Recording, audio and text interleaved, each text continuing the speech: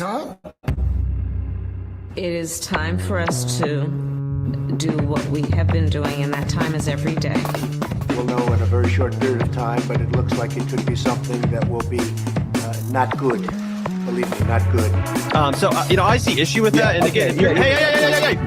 You're not going to be able to insult your way to the presidency. That's not going to happen. I don't know who created Pokemon Go, but I'm trying to figure out how we get them to have Pokemon go to the polls. I'm Ted Cruz, and my pronoun is kiss my ass. So when you think about it, there is great significance to the passage of time in terms of what we need to do to lay these wires, what we need to do to create these jobs.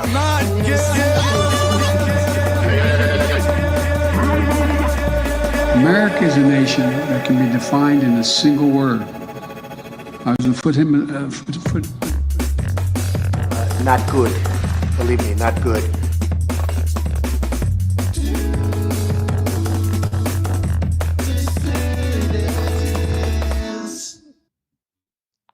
Hello, dissidents. Welcome, one and all, to a Thursday midday edition of the Do Dissidents podcast. Keaton Weiss here with Russell Dobular. Hello.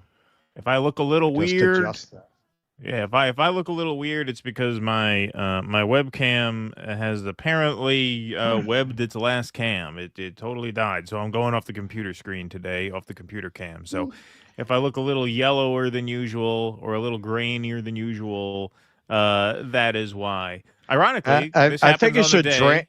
Yeah, when drink. I got new glasses. And so I was hoping to look nice and sharp today with my new glasses. Instead, I look blurry and grainy.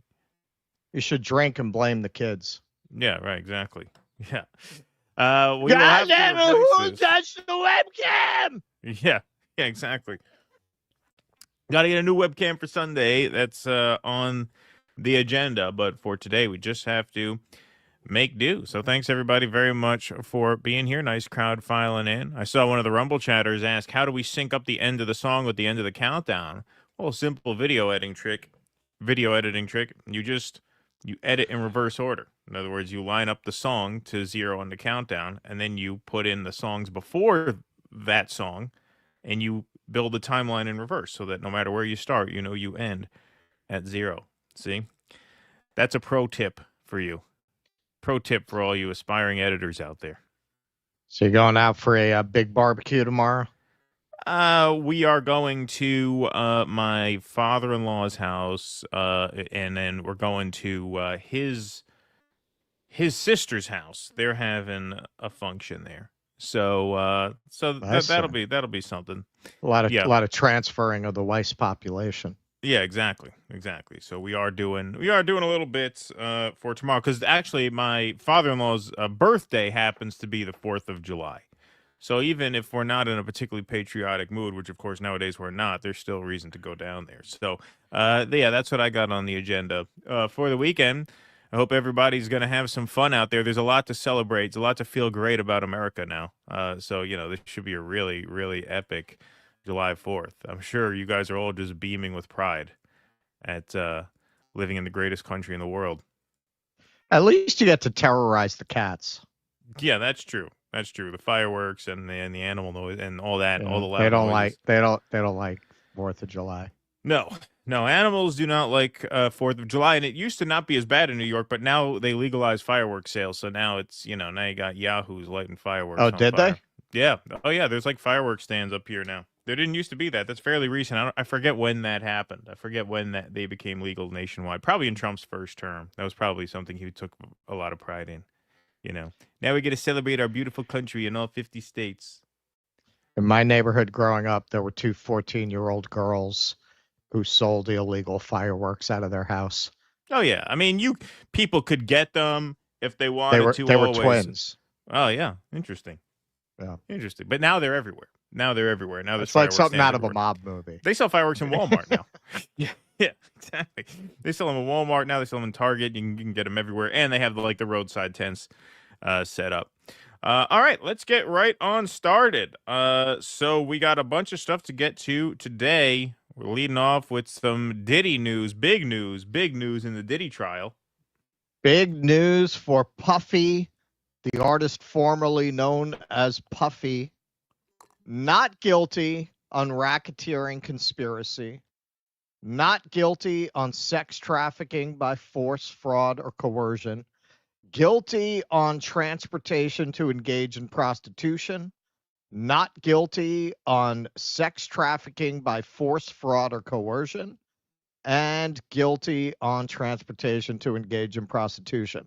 So really what they got him on was what they got Lucky Luciano on. They got him essentially on pimping.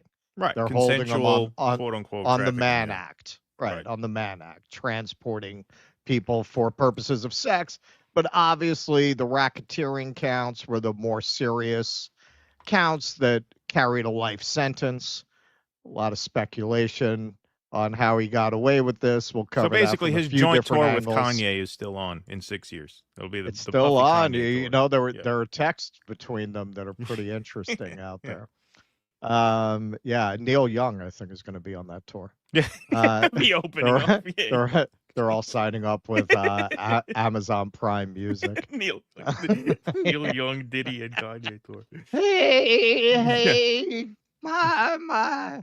All right. So Diddy denied bail, though, will remain in jail until October sentencing. After the jury revealed the verdict early Wednesday morning, Combs's attorney, Mark Agnifilio, told the judge that he should be released on appropriate conditions as early as today. The prosecution countered the request, stating that it posed a real risk to let him walk free. At 5 p.m. on Wednesday, the parties reconvened in the federal courtroom where Judge Aaron Subramanian announced his ruling. He said it would be impossible for Combs to prove he would not pose a danger to others if released on bail. Using the defense attorney's own words against them, the judge provided examples from the trial in which they admitted to Combs's pattern of violence. Quote, "You full-throatedly, in your closing argument, told the jury that there was violence here," Subramanian said to Agnifilio. I should have practiced that before the show. Quoting his summation on Friday, quote, "We own the domestic violence. We own it." The judge said the defense had prevailed on getting Combs acquitted on racketeering and sex trafficking charges, but, quote, "domestic violence is violence." The evidence of such violence, the judge said, will not be considered concerning Combs's sentencing, but it can be considered when determining bail.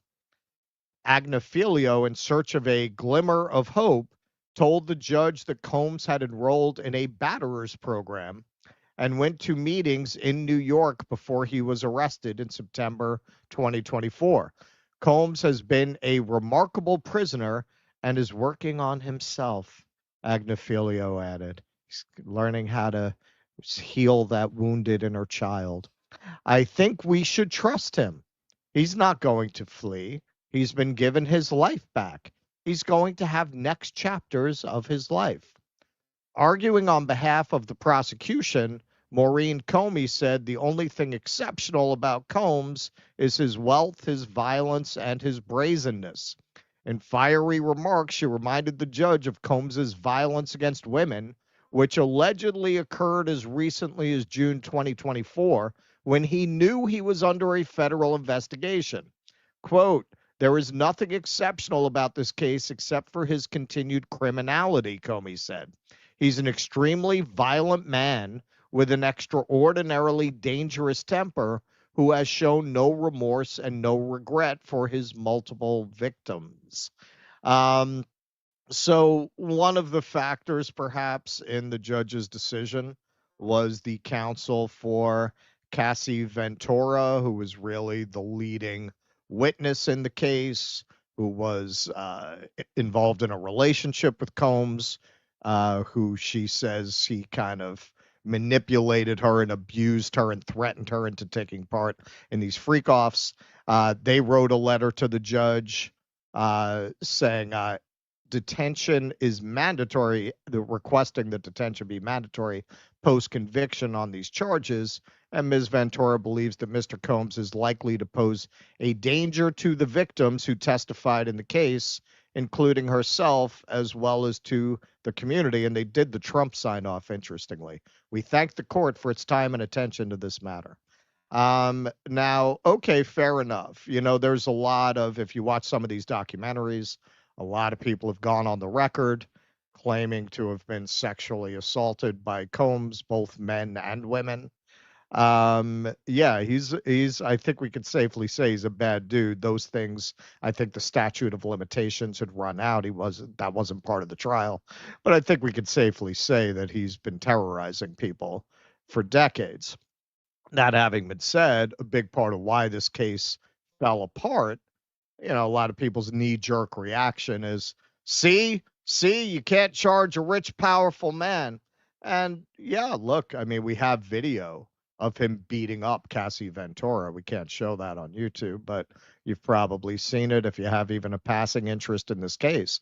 But yeah, they had audio tape of her threatening a male escort with murder because she believed he had a video of her taking part in freak-offs. Let's listen to a little of that. I have to see it, but it's my life and I'll kill you. No, I will kill you if you don't show me right now. I will kill you and I will hide you and I will cut you up and put you in the dirt right now. Pull it up. If you have it, pull that up. Because if not, I'm going to kill you and then he's going to kill you again. So just do it. Pull that up right now. Okay, so that kind of hurts your case that the woman is a passive victim being trafficked when you have audio like that.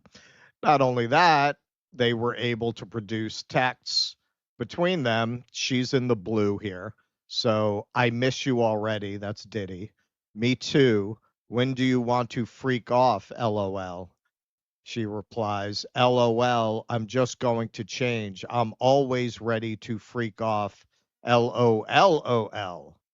You tell me the day you choose. It can be whenever. Name the night. I feel like the weekend. A Friday night would be best, so we'd want time to recover for the work week. This upcoming weekend is the only one I have until the 28th. Okay, I'm on it. LOL, but if you can't, we can always do it during the week. You know that doesn't matter to me. Friday it is. I wish we could get Jules here.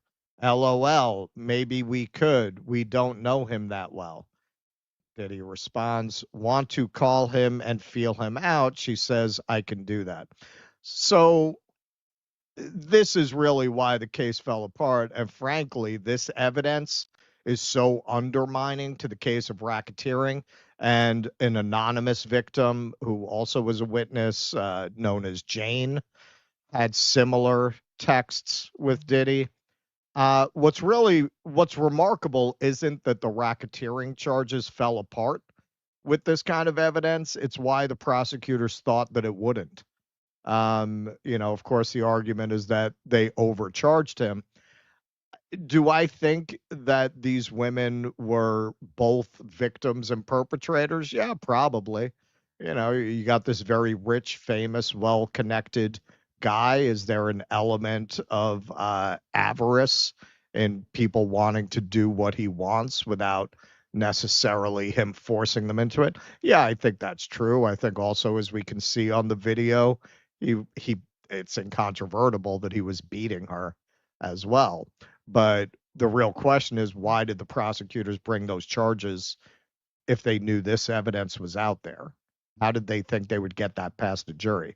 Maybe they just thought Diddy's behavior was so heinous that they'd be able to get them to rule that way anyway. Or you could get into the more conspiratorial aspects, as friend of show Suge Knight has in the past. So this was a little bit, you may have seen this, of Suge talking about Diddy's connections with Chris Cuomo. So he's smart enough to work his magic. On top of that, this man right here, he been in. At the same time, everybody want to look around and act like something going on that wasn't right. It's the facts of life in the industry. He's not a dummy. So he's smart enough to work his magic.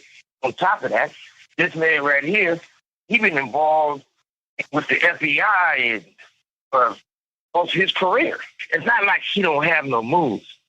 So I don't think nobody should just count him out. I don't think he gonna lay down and just crawl in the corner and die. He probably going through a lot of shit right now because he probably going through a lot of withdrawals for the drugs. But the industry got him on drugs. And see, they do these things to take control. They're not doing, there's nothing wrong with being gay. If you choose to be gay, that's your preference. But they doing this to people for control.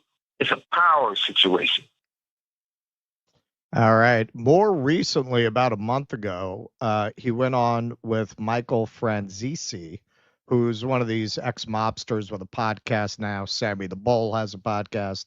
These guys are doing very well off their past criminal lives. We call them mobcasts. Mobcasts, exactly. Actually, Sammy the Bull did a crossover with Michael Franzese. So these guys are doing very well off relating these stories. The Sammy the Bull podcast, if you've never heard it, is hilarious. Yeah, it's great. But here he is talking to Suge, and he goes even further in alleging that Diddy was basically working for the deep state. Opinion or knowledge, how long was he an informant? I think probably since the 90s. Wow. We had a conversation before. And if look at the things he was able to do. You were able to do all these things, nothing happened. His friend, one of his partners, they got convicted for selling drugs for the company. Nothing never happened to him. And he got Obama to give him a pardon with no problem at all. I can go to Obama and say, hey, my childhood friend is in prison for life, let him go. It would never happen. That's for sure. And that did happen with Puffy. We wouldn't be having. Yeah. 1,000%. You think Obama had anything to do with any of these parties that he had? Absolutely. Wow. You got Thank God. presidents. You got Preaching. T.D. Jakes is one of the biggest black preachers around that everybody loves. Everybody in prison, if they try to get the word of religion, they're not going to the chapel somewhere. They're turning to watch T.D. Jakes. He had to resign from his whole community. That's right. You talking about the top of the top. Unbelievable. All right. So, I mean, we can't speak to that. And certainly there are a lot of people who wish they had not been photographed with Diddy, like Donald J. Trump.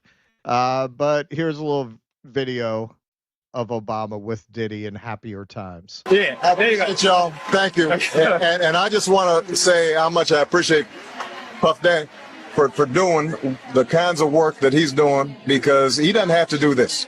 But this is part of what is important about giving back. We applaud you, and I want to apologize for not sweating, but I do this so much. I'm so cool. I just want y'all to see everybody I'm interviewing is sweating. I'm not even touching my brow. I'm so cool, and I want to apologize. I ain't trying to make you look bad or nothing like that, but I'm just so cool. We T-shirt. I tell you, if he was wearing one of those fancy designer clothes he's designing, he'd be sweating just like me. Yeah, I think Diddy's in a K-hole in that clip. So this was really interesting to me. This was actually a Fox News piece summing up the results of the trial this week, but they dropped in a little interview with a DJ who had a very interesting take on all this. People knew, but I think it got to a point to where he ruffled the wrong feathers, and it's like, oh, you think you above the game? Okay, well, let's show you how the game is really played. And here we are. That's why I think, one of the first things they led with was they found how much baby oil? Okay, so kind of suggesting like, hey, man, he broke balls, so they broke his balls back. Now, Whitney has written about this. One label under blackmail, the early intersections of Diddy and the Epstein network. A little bit from that article. It should come as no surprise upon closer examination of Sean Combs that, like Epstein, he was operating on behalf of a larger network that he did not ultimately control. Instead, it arguably controlled him. Combs was acting on behalf of an oligarch network that directly overlaps with that of Epstein. However, Combs was used to influence a different industry and a different community for the benefit of these intelligence and organized crime-connected oligarchs.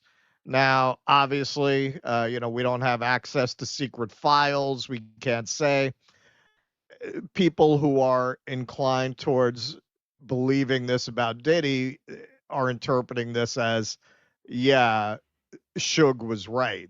They wouldn't actually put him away for racketeering because he's actually an agent. Right. So they're going to slap him on the wrist, but they're not going to throw the book at him because he's actually working for him. And what that DJ was saying was almost kind of confirming that this is a reprimand, right? So you're going to do a few years, but you're not going to go all the way. It also shuts him up for a few years. That's what I was. Jimmy and Kurt covered this yesterday. I caught that part. I forget who said it on one clip that they played. I think it was on the Megyn Kelly show. And they essentially, as I remember it, I'm sorry if I'm botching it, but as I recall it, they're making the argument, yeah, if they could put him away for a few years on this charge, that kind of keeps him quiet too. Right. To slap on the wrist and it shuts him up and it keeps the more serious shit out of sight. Look, I got to say, you gain a lot of credibility with me if your predictions bear fruit. Suge basically was saying months ago that he wasn't going away on racketeering because he was too connected. Right. So here you go. Chris Cuomo only sources the best. He's the gold standard. Look, for journalism. probably my favorite Chris Cuomo moment ever is in that interview where he goes, "Go ahead, Suge. Go ahead, Suge." I wish Chris Cuomo cared about the Palestinians as much as he loves Suge Knight. So really, find someone who looks at you the way Chris Cuomo looks at Suge Knight. Looks at a graphic of Suge Knight as he's talking into the prison phone. Yes. Okay. So here's what I would call the full regard take, the kind of MAGA conspiracy take. Meet Maureen Comey, James Comey's daughter. Well, they weren't going to leave this alone. Oh, no. She is the prosecutor in P. Diddy's case, also in the Maxwell Epstein. Doesn't surprise me he was acquitted of the more serious charges. Okay, so who better to go to if you want the full regard take than Mr. Alex Jones? Fact that James Comey's daughter was given the case out of hundreds and hundreds and hundreds and hundreds, so thousands of federal prosecutors, and that she's given all of the Epstein-related stuff, Ghislaine Maxwell, a whole bunch of other ones, it all gets handed to her because Daddy is on record as the controller of the, not just Epstein files and videos, but all the other big sex trafficking, pedophilia operations, just like J. Edgar Hoover used that for control. And Diddy was heavily involved with people that were above Epstein. And so clearly she went in just like she did in all these other cases. I mean, dozens. And she minimizes it and contains it. And now you notice they've had these other big lawyers pushing for Trump to pardon Ghislaine, which would be totally insane. And then I really would think maybe Trump is in some files we don't know about, but we've never seen evidence of that so far. But the fact that it's been floated to him is, as Roger Stone said, the worst idea ever heard in his life. Yeah, that's a pretty bad idea, I'd say. Yeah. So this is. I'd say to fire whatever staffer told you should pardon Ghislaine Maxwell. Yes. That would be an awful idea. I've seen no evidence other than a few Polaroids, but of those are probably doctored of Donald on the island, but I think that was actually Club Med. I think it was a Club Med. I don't think that was Epstein Island. But to state the obvious, who's the Attorney General right now under which this prosecution is taking place? Right. Exactly. Are you telling me if they were really so concerned that James Comey's daughter is subverting the prosecution in order to protect fans of the playground, why didn't they pull her off the case then? Why didn't they pull her off the case? Pam Bondi, can we get the Epstein list? Best I can do is deport you if you criticize Israel. Yeah. Right. Pam Bondi, who said in one interview that they have pictures, that they have videos, then goes on to say they don't, or they're looking through it. Come on, man. Gave people a bunch of fake file folders. So to go up there right now and pretend this is, if it is, hey, maybe Comey's daughter is on the case to suppress evidence and to throw these cases and to protect the powerful. But wouldn't that mean Bondi's in on it? Or at She's the very still on least, the case. Yeah, right. Exactly. I mean, at the very least, you'd have to say they would have something to say about it, right? Right. Why wouldn't they fire her? Put another prosecutor on it. Right. So if you believe what Alex Jones is saying right now, well, then you also have to believe that the Trump administration is in on it because they let it proceed with that prosecutor, right? If they were really concerned about this, they would have pulled her off. Right. This is one of the things they like to lead with, the perversion and decadence of the Democrats, wanting to make Epstein a Democrat issue and not a corrupt oligarchy issue. Well, so why wouldn't you pull her off and put a real prosecutor? Why don't we have the Epstein files for that matter? Right. That's the ultimate question. Right? That's what makes that take so ridiculous. Well, oh, yeah, it's Comey. Like, if the trial was thrown, it was thrown by the administration. Biden's not president. Harris isn't president. It's Trump's president. Yeah. Yeah. So it sounds to me like what you're saying is that, just to going back to the beginning, which is that they really didn't have proof beyond a reasonable doubt of racketeering? Absolutely not. So absolutely not. So why would you proceed with those charges if you know that the defense is going to be able to produce texts and audio like that? Right. There's no way you're getting that past a jury. I mean, very, very slim chance. Very slim chance. Like, look, I mean, you heard it. You got her threatening the life of a male prostitute who was engaged in these freak-offs. Like, why would you think a jury is going to believe beyond a reasonable doubt that she had no agency in that situation? Yeah, no, look, power and celebrity is all very seductive. There are a lot of very bad people who are rich and famous and who attract a web of people who are just kind of attracted to that world. Exactly. Even if it's a dangerous world. Why do you think girls hang out with mobsters? Why do you think, like, you know what I mean? Like, there's a whole mystique around rich, powerful, famous people who are dangerous. They tend to attract people, not push them away. At least a certain type of person. Right. And so it's totally believable that you would involve yourself. Yeah. Right. Ambitious people in the music industry. I think what happened, if you look at those texts, if you look at the audio, is it was fun until she started getting punched in the face. And then it wasn't fun anymore.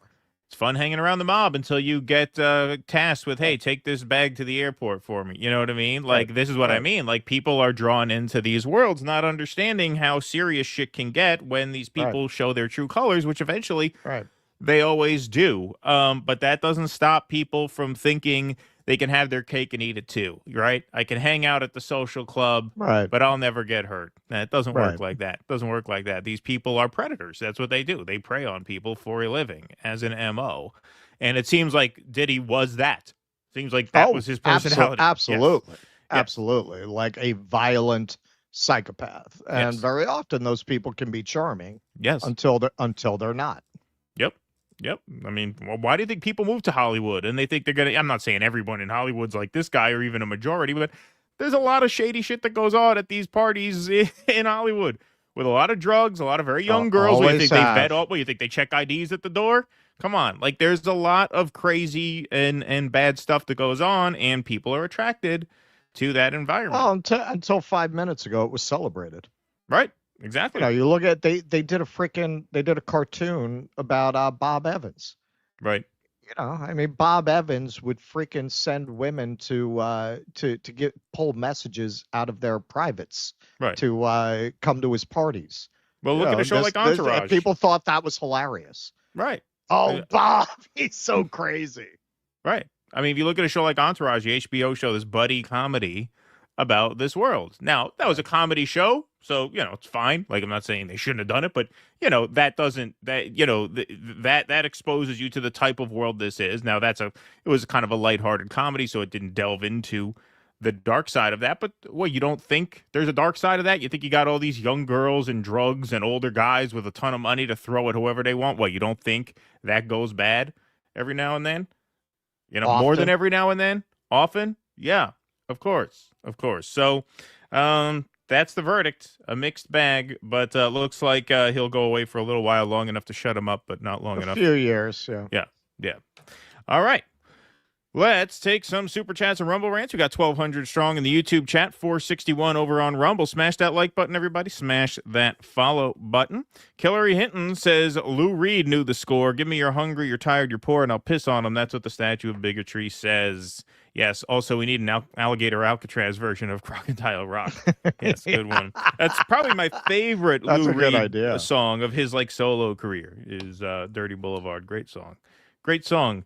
Good reference, Hillary Hinton. Points for that. Now, Macron is suing Candace over his wife's dick. Maybe not a lot of meat on that bone. Ha ha, good one, Eric. Oh, is he suing? Is he suing now? Interesting. We could have done that today. After all, we thought we were late on it. But there's a new development, apparently. A marital fight between Macron and Brigitte always devolves into a dick measuring contest. Thank you. Appreciate that. Abiding says Corn Pop was flaked and held in Holmesburg Federal Jail in Philadelphia on 2 counts of the Mann Act, coercion and enticement, but eventually acquitted. Thank you, Abiding. Appreciate that. Matrix over on YouTube, thanks to the $9.99, says Sphincter Knucklebuster. That's your signature super chat over there. So thanks, everybody, once again for being here today. Please smash that like button. We're at 271 likes in the YouTube chat. Surely we can get up over 666 in due time. Okay, we are going to move right on along here. So, Alligator Alcatraz opens this week, and it is hurricane season. It is hurricane season. Now, the good news is there was no hurricane at Alligator Alcatraz, but the bad news is it flooded anyway. Alligator Alcatraz, better known as Alligator Auschwitz, says David, has started flooding today. Authorities stated the structure could withstand Category 2, 120-mile-an-hour winds, but it's failing under light rain. So, yes, here are a couple of videos. Are you telling me these guys did a half-assed job? Yeah, they did a half-assed job, yeah. I can't believe that. They don't seem like those types. There's water leaking in under the tent with the electrical wires running through it. That's totally safe. There's nothing hazardous about that. It's awesome. Those wires running on the floor as the rain comes in. Nice work. Very nice work. And here's the wind on the roof. This is while DeSantis is there. So this is after Trump left. But you can barely hear DeSantis over the wind. Battering the roof around. Real bang-up job. Trump's Alligator Alcatraz is already flooding, reports the New Republic. They sourced this from a couple of local pieces, so it seemed like an efficient way to cover this. The monstrous, recently constructed immigrant detention facility in the Florida Everglades, flippantly dubbed Alligator Alcatraz, literally took on water within a day of President Trump visiting the camp Tuesday to commemorate its planned Wednesday opening. Florida officials have assured the public that the facility, which will cost an estimated $450 million per year to operate, was built to withstand a Category 2 hurricane, though the Naples Daily News notes that winds of recent hurricanes in the area have significantly exceeded Category 2 levels. More on that shortly. A report by the Miami Herald further casts into doubt official claims about the facility's durability. According to the Herald, a garden variety South Florida summer rainstorm on Tuesday afternoon of about 1.5 inches of rain caused flooding in the facility. The Herald reports rainfall seeped through the edges of the facility, as we saw in the video, as the roofs and walls trembled. Drips leaked from above a door frame. The water spread under poles hoisting the Florida and U.S. flags. So here is another piece of video Jason Delgado took at the scene here.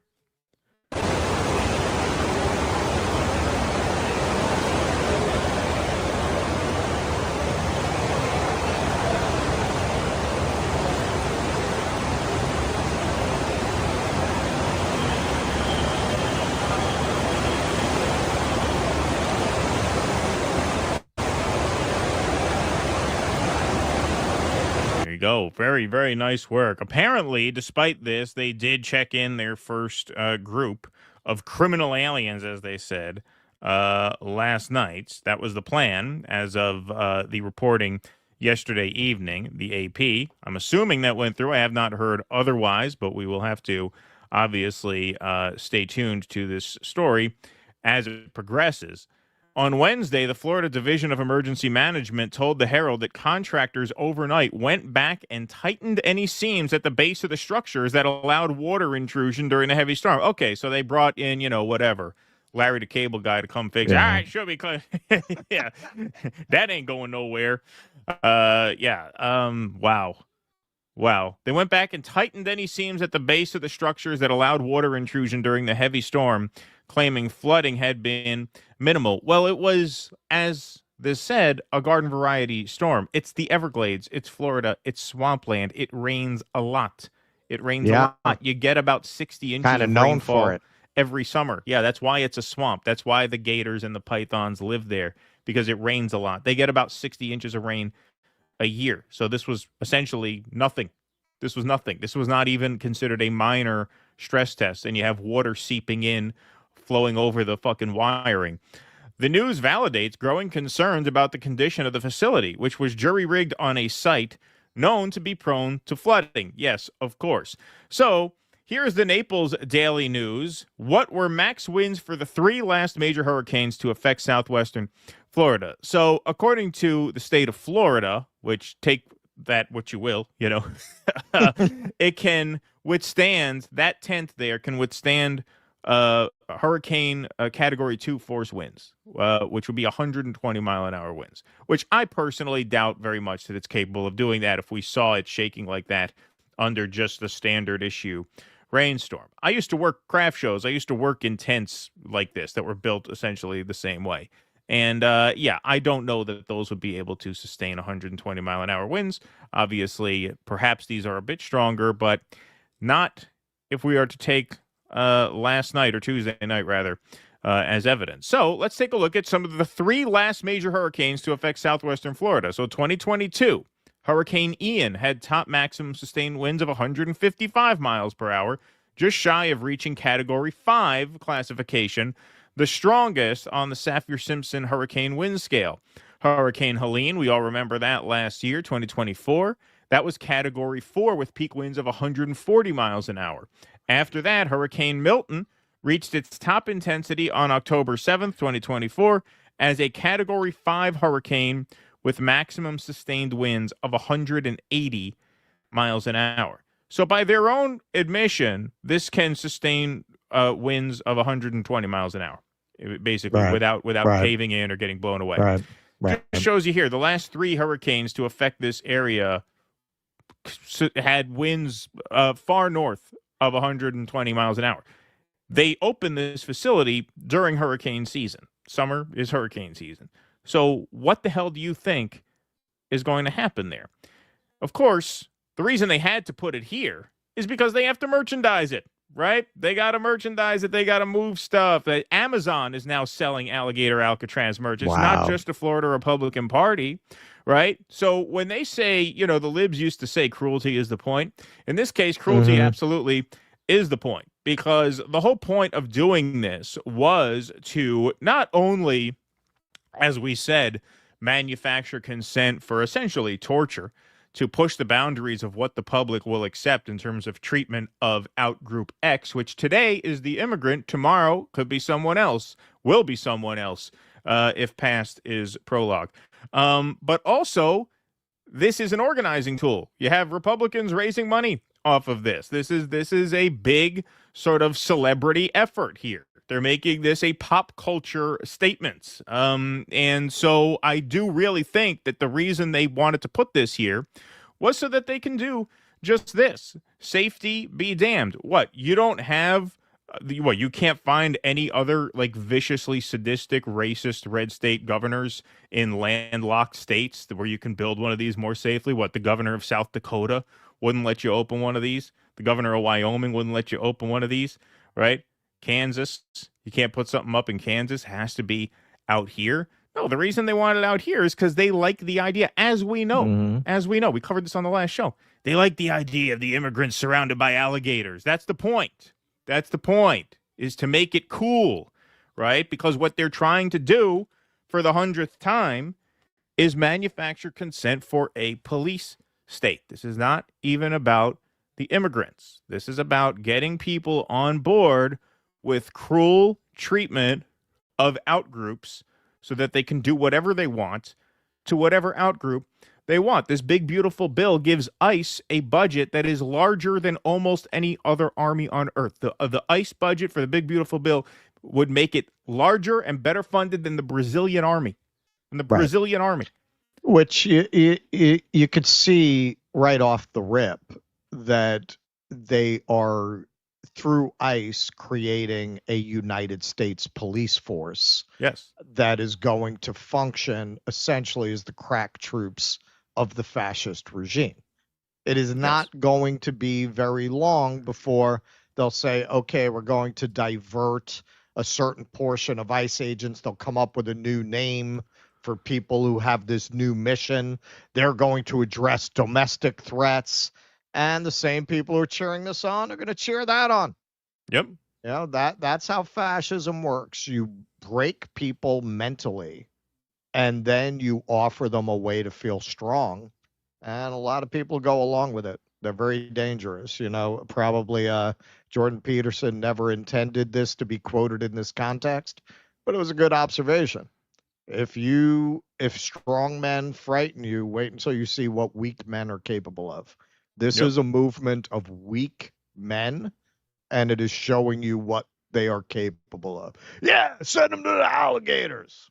I mean, it's horrible. And once this bill passes, which, you know, I would expect to be like by tonight, like by the time we go off the air, this bill might pass. I don't think people understand what a hellhole this country is going to be. Yeah. By the time a lot of these people realize it, it's going to be too late. A lot of these same people who are cheering this on are going to be the biggest victims of these policies. Yes. And whatever version of the bill passes, I assume it will pass today. But even if it doesn't, let's say they missed the deadline by a month. Whatever version of the bill passes is going to have drastically increased ICE funding, because the Republicans are united on that. And so no matter what, you're going to see a bloated ICE budget. Yeah. Take the money out of social services and dump it into controlling the population, especially because they're very likely to start to get restless when they realize the way you fucked them in order to give more tax cuts to your rich buddies.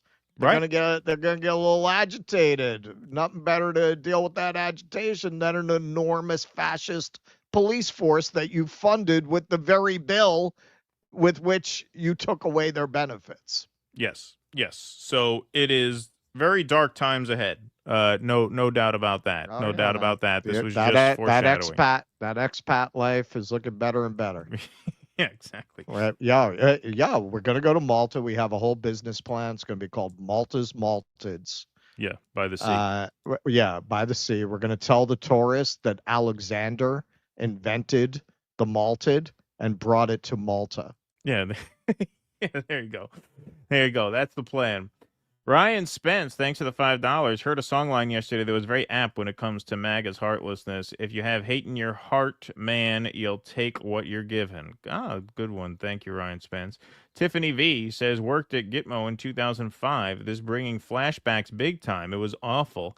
How sick on U.S. soil now. Wow. So you worked at Guantanamo Bay?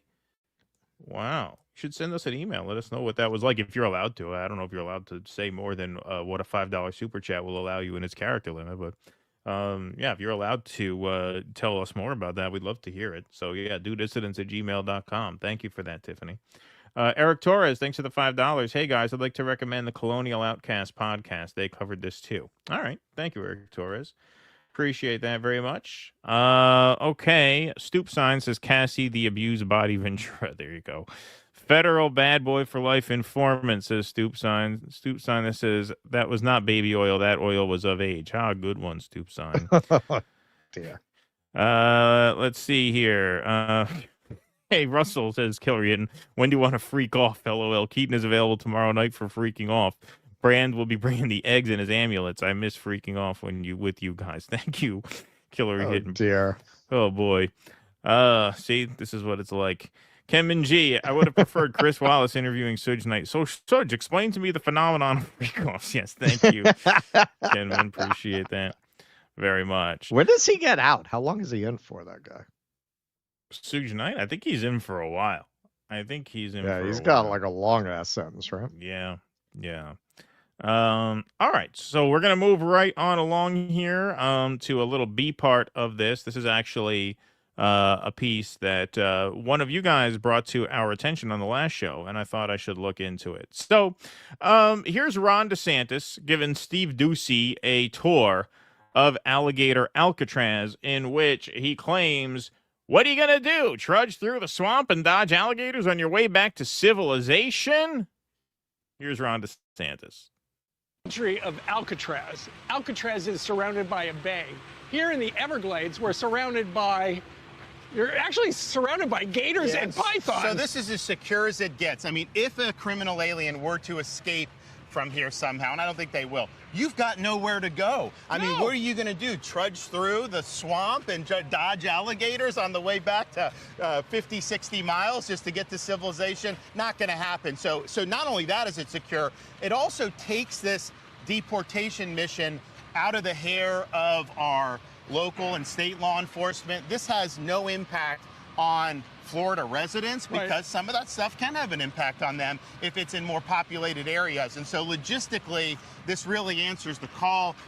So he says this has no impact on Florida residents. And we've heard over and over again that this is very far from civilization. There's no people for miles and miles around here. It takes hours and hours to drive out here 50 miles from the nearest town, and that this is going to have minimal impact on Florida residents. So, I made the mistake of taking that at face value, not remembering that when they say there's no people around out here, what they of course mean is that there's no white people around out here.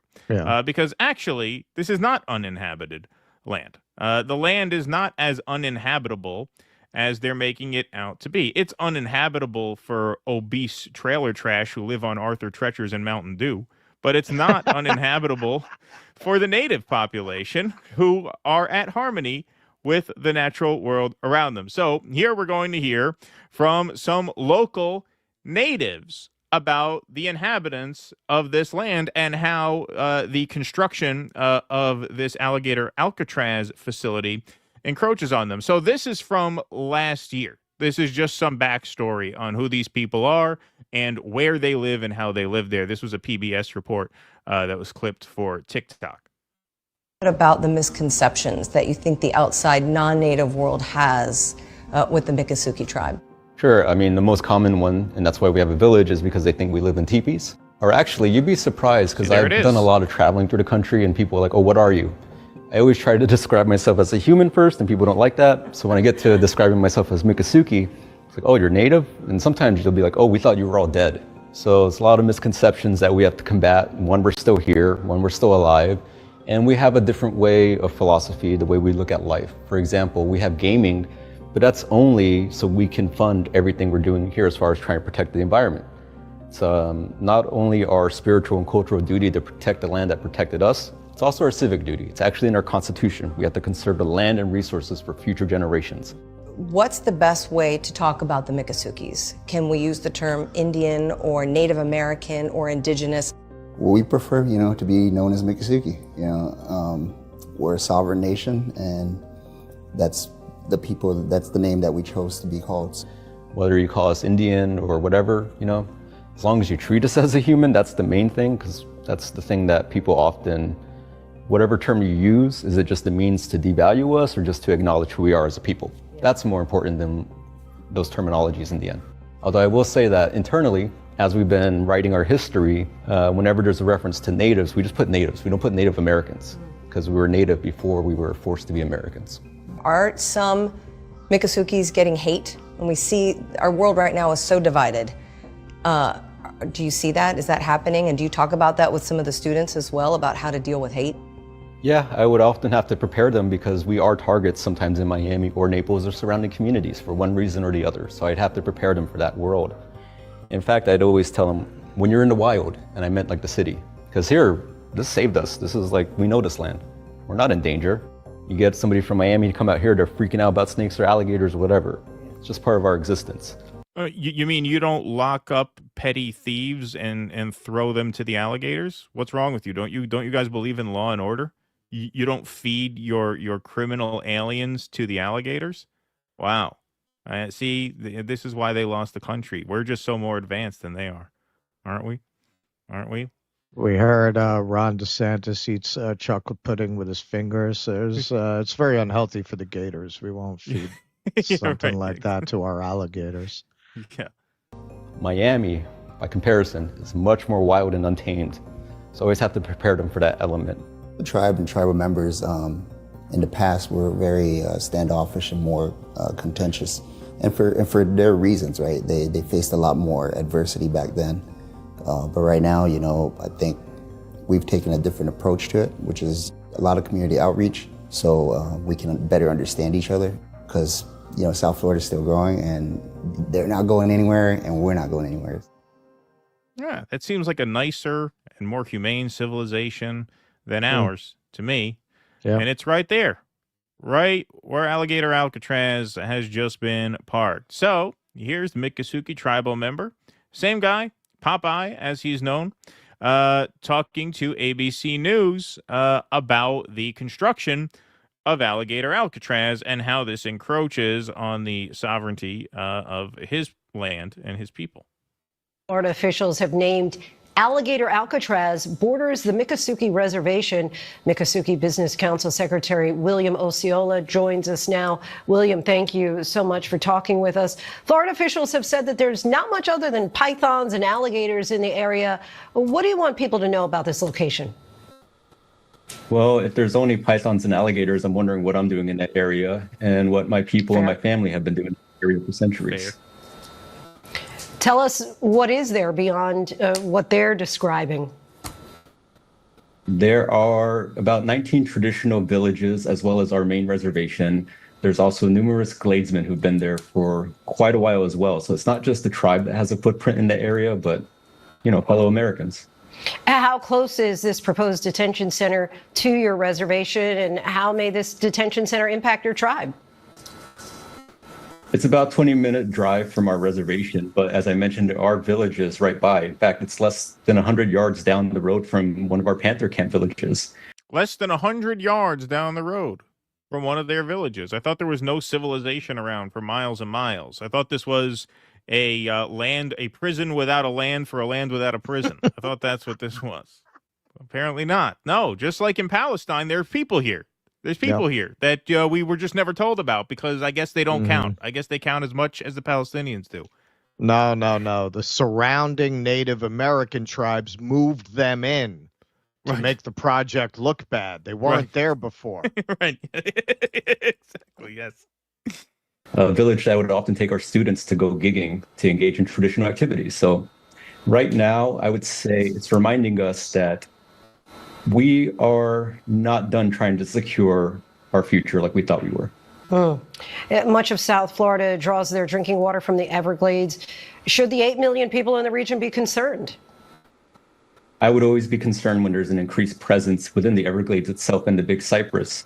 You know, anybody who spends any amount of time out there can tell you there are a myriad of issues that still need to be addressed, you know, whether it's pollution or invasive species, and those haven't been addressed to the capacity they need, and now we're adding further potential issues upon that, and you're adding stress to an ecosystem that's been under enough stress already for centuries. Yeah, he's being a little alarmist there. I'm sure none of the human waste from this facility of thousands of people out in the middle of a swamp in a tent, I'm sure none of that waste is going to end up in the water. No. These are the kinds of people tree hugger. who are Yeah. going to account for all that Right. and make sure that that doesn't happen. Right. These are the kind of people who would never just throw up a tent that can't possibly hold up to the kinds of hurricanes that this region regularly experiences and have it flood virtually as soon as they put it up without any of those stresses. Not those kinds of people. They're going to plan for all that. Yeah, no, they would never. They're not just going to let the shit roll and right shit in the into water. the Everglades. Yeah. No. Yeah. These guys, never.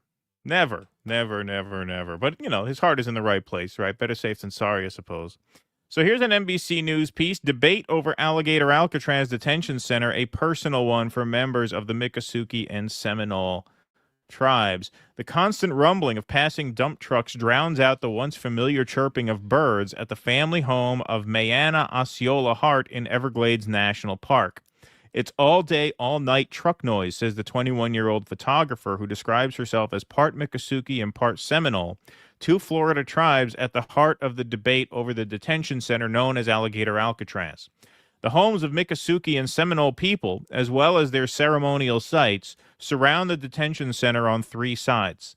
Osceola Hart's great-grandfather, Wild Bill Osceola, fought against the development of an airport at the same site where the ICE facility's construction is now underway. In 1968, authorities in Dade County, now known as Miami-Dade County, began building the Big Cypress jetport on land the Miccosukees use for ceremonial practices.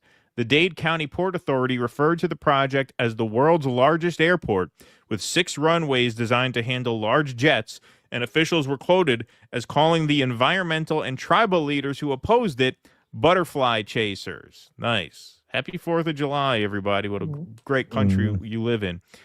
The airport became a flashpoint for resistance, but in 1969, a coalition including Osceola Hart's great-grandfather, fellow tribesman and conservationist, persuaded Florida Governor Claude R. Kirk Jr. that the airport would damage the Everglades. He ordered construction to be stopped. One runway, approximately 10,000 feet in length, was left behind as a training ground for pilots.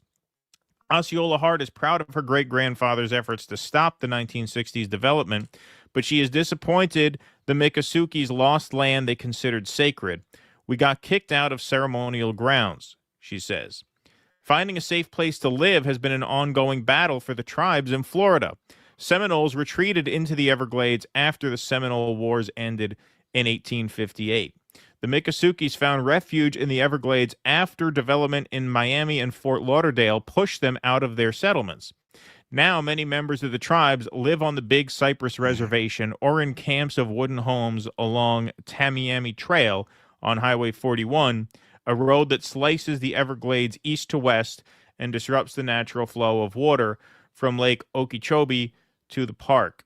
Construction of that road ended in 1928, changing life dramatically in the Everglades. Tourists were able to access remote areas of the lush national park. The tribes developed tourist attractions like casinos, the chicky huts, and airboat tours through the mangroves. Native species declined. See, so they built the gaming up because the tourists were coming there anyway. Right. Leaders of both tribes are constantly advocating for the preservation of the national park's wildlife and vegetation, but they don't have authority over how the land is used. It's a long, fraught battle, says William Popeye Osceola, the guy we just saw in those 2 videos, secretary of the Miccosukee tribe, describing how tribes are constantly fighting for rights over the land they have lived on for more than a century. Before he became the tribe's secretary, an elected position, Osceola was an art teacher at the Miccosukee Indian School, passing on the tribe's traditions to his students. It's a place where we come for healing, where we come to pray, says Betty Osceola, a prominent member of the Miccosukee tribe who is part of the Everglades Advisory Board. Her Chickie Village is within walking distance of the detention site. So here is Betty. She is out with the protesters, probably as we speak, certainly over the first days of the week. And here's some of her. Advocate for all of us. And I don't know if any of you have prayed to a spiritual place, or maybe you go to church to find that spiritual place, or wherever your spiritual place is. Find it in your hearts to pray for these people who are lost so that they can become human beings again. Because we need, if they're human beings again, this will stop. Pray for the people who are lost so they become human beings again, because if they do, this will stop. Referring, it sounds like, to the people who support this project. Find it in your hearts to pray for these people who are lost so that they can become human beings again. Because we need, if they're human beings again, this will stop. It's kind of a noble message, right? Pray for the people who are doing this to find their humanity so that this stops. But you know, that video was actually embedded in the tweet of a lowlife who goes by the name of Alina, who tweets out, LMAO, Florida liberals. This woman ain't no liberal. I promise you. This woman goes through more in a day than you've been through in your whole life. This is not a latte liberal out here. LMAO, Florida liberals protest Alligator Alcatraz detention facility construction, but they cannot block the road because in Florida, it is legal to run over people who crowd your vehicle. Law and order state. They're staying behind the line. Again, I want you to just compare. If you don't know anything, let's say you know nothing about immigration, you know nothing about the politics of the situation. Look at that woman saying what she just said, and then look at the people on the other side saying, ha, ha, ha, ha, if you step over the line, you're going to get run over because Florida's a law and order state where they're allowed to just run through peaceful protesters. Again, just a pretty stark difference. Pretty stark difference in character, I would say. So before the construction was expedited, right, at the early phase of this was from, I believe, June 24th. So this was about 9 or 10 days ago. Protesters were already out here. Alligator Alcatraz faces backlash from Everglades advocates. So we're going to play some of this video here. I'm going to talk over the first part. I had to mute it because there's copyrighted music there. But here are some protesters lining the streets as of 10 days ago here. Quite a big crowd. Again, this is kind of difficult to get to. And you don't want the alligators to jump up and get you while you're protesting. But here they are out here. Okay, now we're going to have sound in just a second. Let's just accept me that the whole concept of this god-awful place. You can ask anybody that's familiar with the Everglades that it's the most beautiful place in the world. Amen. Yeah! Thank you guys for coming out. It's a hot day. And a couple of mosquitoes here and there. A long time ago, Marjorie Stoneman Douglas, Joe Browder, and a lot of others got started in Everglades restoration by fighting the jet port. A bad idea then, and it's a bad idea now. All I ask for you is to love it and care for it. And return that love and care. So thank you for that. And finally, here is William Popeye Osceola on the scene of the protest. Again, here he is. I want to give a shout out to Greg, the TikToker here, gre.vo, the Florida filmmaker. Follow his TikTok. Everybody who's out here doing this, doing a good job. I know Status Quo sent someone out there. They weren't able to stream, I'm assuming because the internet's lousy out there, but hopefully they'll have some video to drop. But yeah, good on everybody who's out there covering this. So give this guy a follow if you're on the TikToks, gre.vo. Here's a brief interview with William Osceola on the scene of the protests. William Osceola, I go by Popeye, Secretary of the Miccosukee Indian Tribe. Out here today to protest Alligator Alcatraz. It's important to note that people need to stay involved with their government because if not, history backslides to what happened already. You're seeing a situation here where they're trying to contain a group of people, take away their rights, their freedom, their ability to be free, to be sovereign. That's literally why my people are out here to begin with. We don't want history to keep repeating itself, so I urge you, learn your history, stay engaged, stay involved, never give up. That fight, that's what they want. They want you to give up. They want you to tear each other apart. You can't give them what they want. Thank you. So, how ironic and poetic it is that Native Americans whose land was invaded illegally and stolen from them illegally through the most brutal of means are out there protesting against this immigrant jail, right? Yeah. I guess kindness skipped, 40 generations on this land. Yeah, well, it's so revealing, that clip that you showed of the older woman saying, "May they become human," right? Like philosophically praying for your enemies, right, in that way, and just seeing it that way, because they're right. I mean, you're maybe a little more misanthropic than I am. When I see people who are so ignorant, screaming about, "Well, don't come here illegally," like, man, they're at a low level of consciousness. Like they're I think people are mostly animals with the potential of being human. I don't think most people are really fully human in that way. And I'm even more cynical than him. Yeah, and he's even more cynical than I am. But I mean, in terms of consciousness, you got the lower level consciousness just working off very base impulses and instincts, kind of reptile brain. I think that's where most people live, honestly. And you have the potential to become human. It takes some effort. And I think that's kind of philosophically what she's saying there.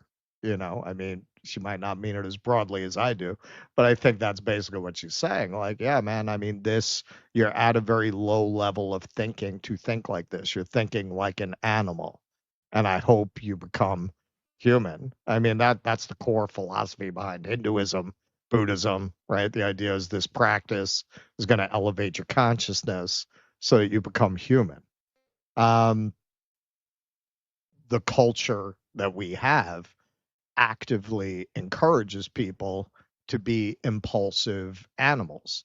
And that that's not just about MAGA. That's consumerism relies on people being impulsive and not thinking things through and not really being fully conscious. I mean, if you really develop as a human, those material things are not really what concern you. You're not going to be fixated on that kind of thing.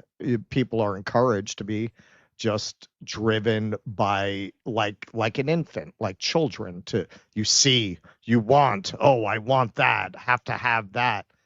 That's what the culture is built around.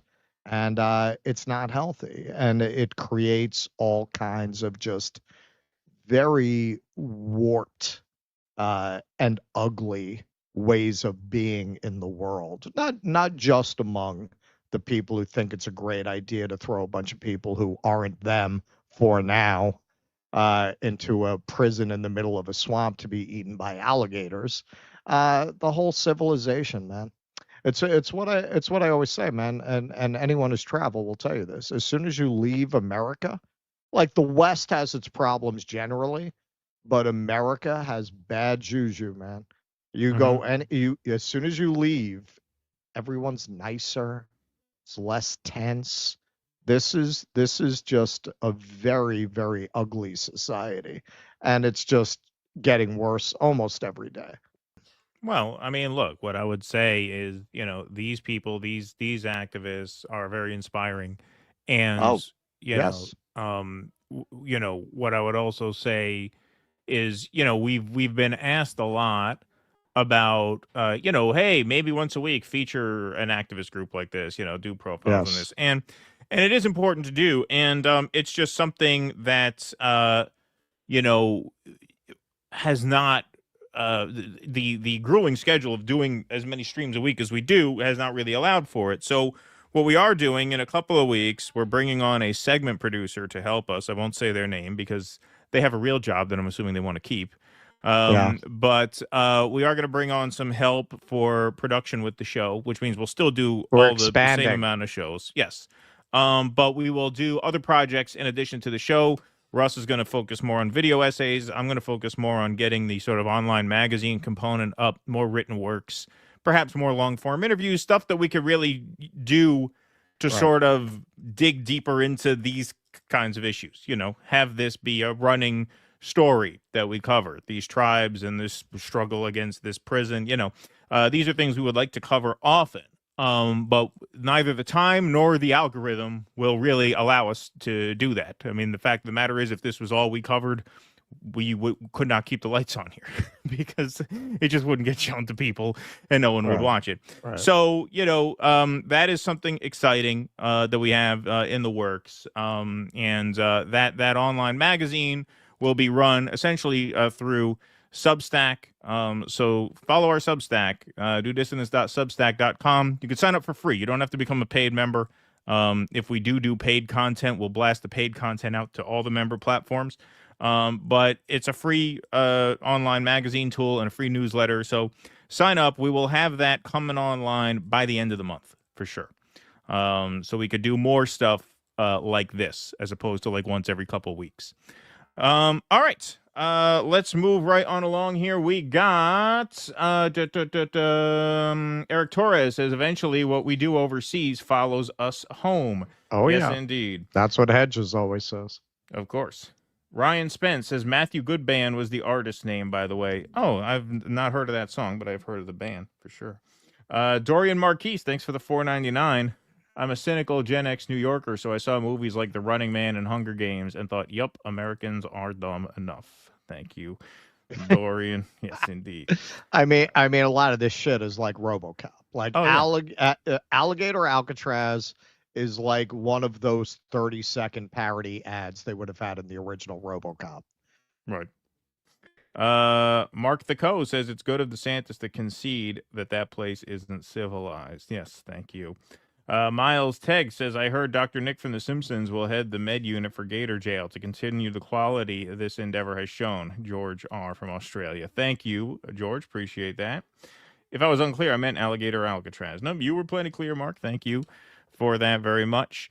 Over to Rumble, fight fire with fire. They elect a Christian fascist for president. We elect a Muslim communist for mayor. They build Alligator Alcatraz. We build gulags and re-education camps. There you go, Yo Shush. Vito P says, remember Hemingway's Hurricane or Hugo? Cancer sucks. You guys rock. Thank you, Vito. I bet Jesus would really love Alligator Alcatraz, says Eric Cuso. Appreciate that. Doc Durkin says, the homeless camps are surely on the ICE hit list. Yeah, that would not surprise me at all. That would not surprise me at all because that's the other thing they bitch about all the time. Right? Okay, let's see here. Judy Denmark says, you make very rational observations and analysis. I drink a lot when I'm watching you. It's okay. It's dinner time in Denmark. Well, there you go. I would say the one observation probably stems from the described behavior. Yeah, there you go. Well, enjoy your drinks. Hey, I want to plug, if you remember, I said probably we were on Jimmy's. So Javier Bardem basically is risking his entire career by talking about Palestine every time he shows up to promote F1. And I said I'm going to see F1 to support. So I did see F1 yesterday. I am a man of my word. Oh, okay. Yeah, man. I mean, it's funny because it's produced by Jerry Bruckheimer, and that's what it is. It's a total throwback to a movie they might have made in 1985 about, the young racer and the old racer, and first they don't like each other. And yeah, like it was good for that kind of thing. Like if you just want a popcorn movie. I thought you were going to see the Wes Anderson movie. You didn't? We were, but then we lost track of time. So then I was like, I was going to go see that on my own. But at that point, that was what was playing. But yeah, man, I mean, it was pretty good. It's interesting. Like Hollywood is definitely having an identity crisis where they realize that letting these gender studies majors take over the studios destroyed their business, but they don't quite know. They haven't cultivated the people to really do the kinds of movies they used to do, but they're trying to figure out how to do that. And then that raises a whole other question. Like, okay, so do we have to like just go back and grab Brad Pitt and Tom Cruise and redo the same movies that we did in the 1980s? Like, isn't there a middle ground? But they can't figure it out. Like, it's pretty funny that this is a Jerry Bruckheimer film, because that's the best they can do. Like, they're like, okay, well, let's just do what worked 30 years ago. Right. All right. Get Up King says only you Americans can make concentration camps seem fun. Thank you. Appreciate that, Get Up King. We do have our charms. All right, let's move on to the big beautiful bill. All right. Hang on, let me get there. All right. So, as you probably know, the founders of the nation conceived the government as a deliberative body where we would have elegant and high-minded debate between our senators and our congresspeople, and certainly we are living up to it. Representative Jamie Raskin, a third-rate Democrat politician, has no idea what is in our fantastic tax cut bill, nor would he understand it if he did. This dope has been consistently losing to me for years, and I love watching his ugly face as he is forced to consistently concede defeat to Trump. And tonight should be another of those nights. Raskin is a bad politician and a total loser. Total loser. If they could only have imagined the heights of rhetoric that we would achieve by this point in time, they would have been very proud of their revolution, or perhaps thought better of it. And he went on. Largest tax cuts in history and a booming economy versus biggest tax increase in history and a failed economy. What are the Republicans waiting for? What are you trying to prove? MAGA is not happy, and it's costing you votes. Now, as we will see later, every poll that you do from every outlet shows that this bill is unpopular, including among Republicans. 71% of GOP are against Medicaid cuts. For Republicans, this should be an easy yes vote. Ridiculous. Well, some of them don't want to sacrifice their political careers to the greater glory of the great leader, but that didn't last long. All right, so here's a little summation from the Today Show this morning. The fierce fight over President Trump's signature policy lasting another night and finally coming to an end this morning. Trump winning over Republican holdouts for his so-called big beautiful bill in the House of Representatives, sparking a record-breaking debate in Congress with some conservative Republicans unhappy with Senate changes to the bill. The president getting personally involved. It's a great bill.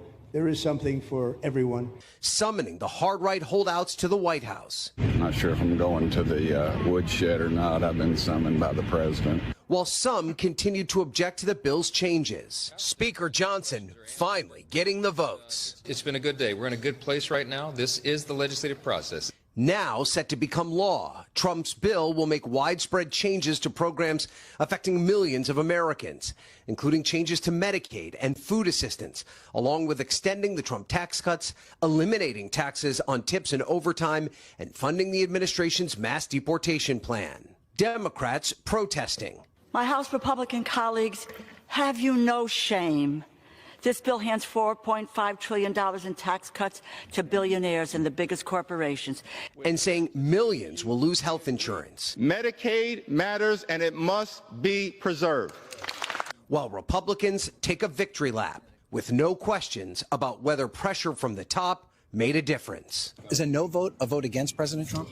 I wouldn't want to do a no vote and vote against President Trump. That's for sure. Clearly, this is his agenda. Clearly, this is his legacy. This is what he ran on and what 77 million American people voted him in office for.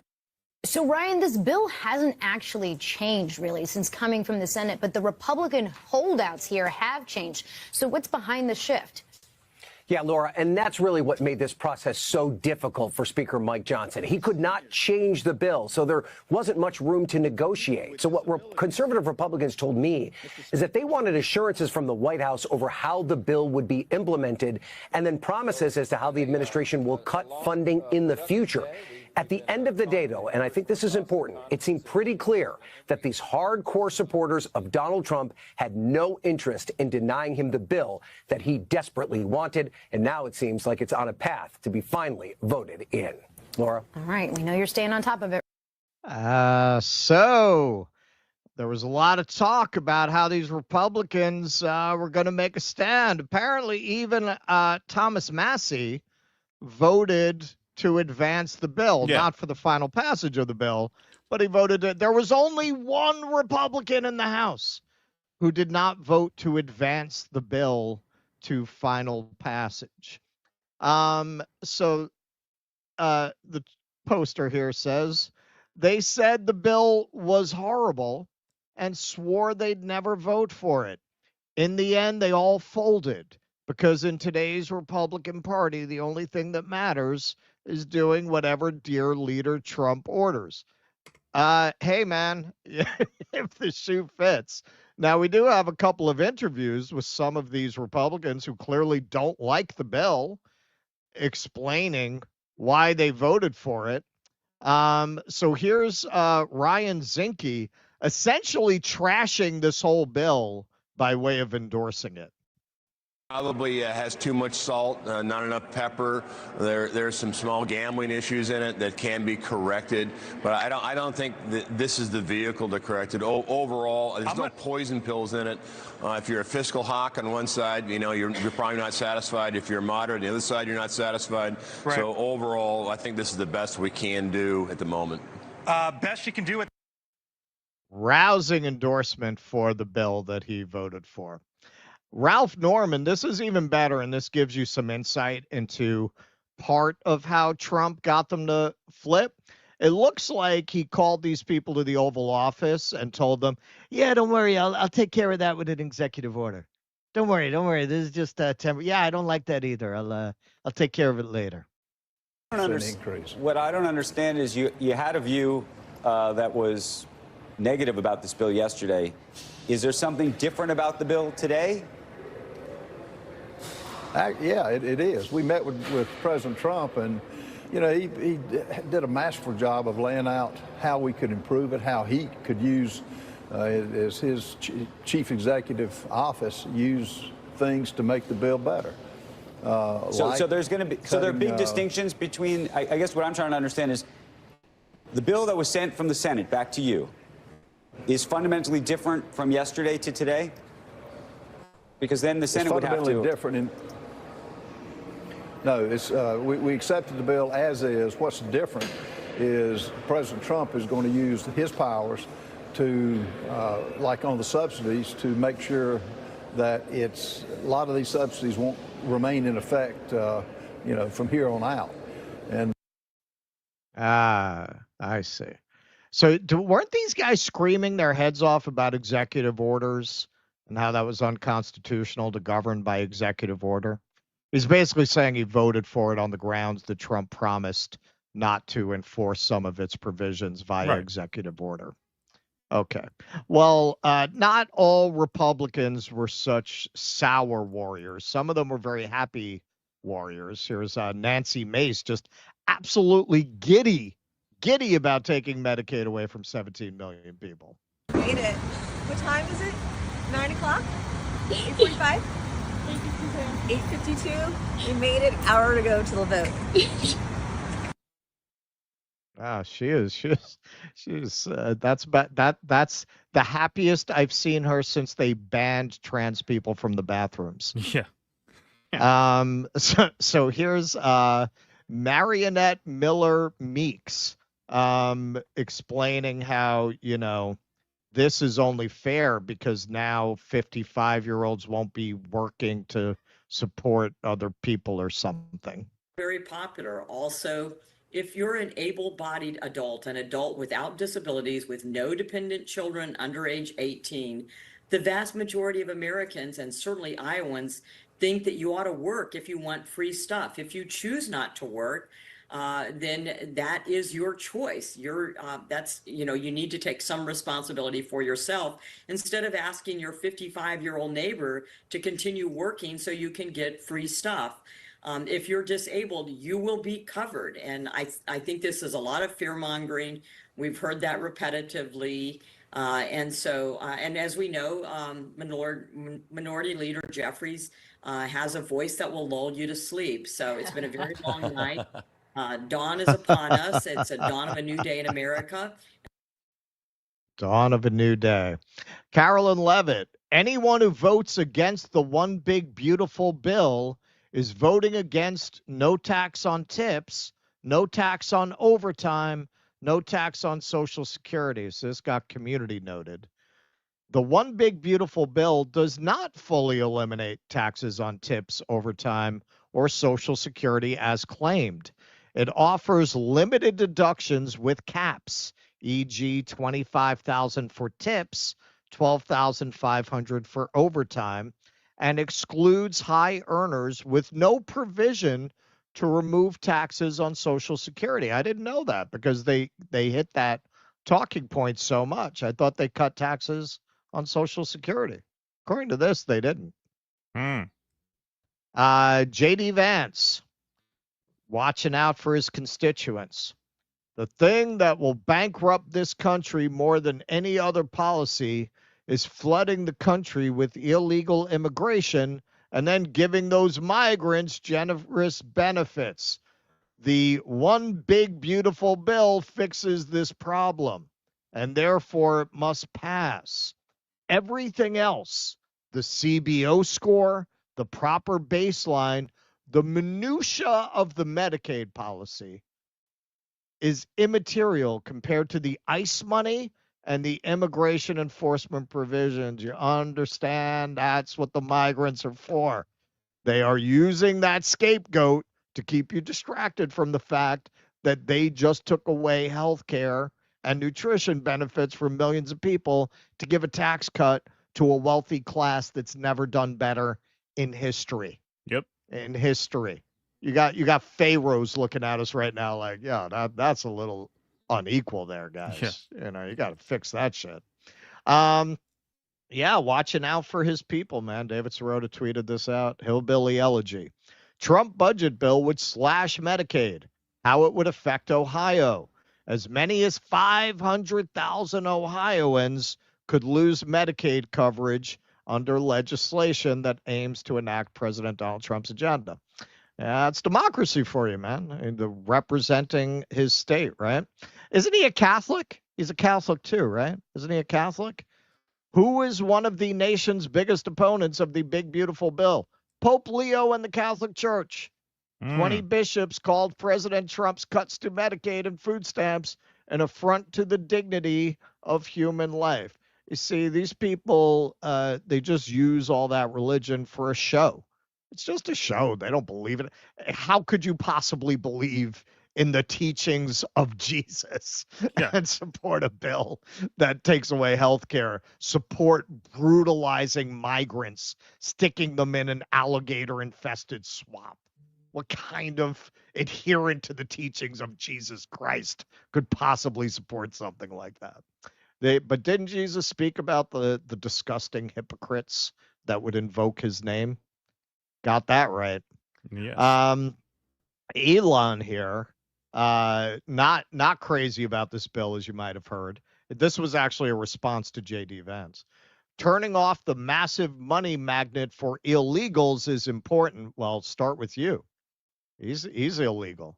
He came here illegally. But this bill fails to do that, or he stayed in the country illegally. This is separately, he's talking about starting a new party. Frankly, I would be surprised.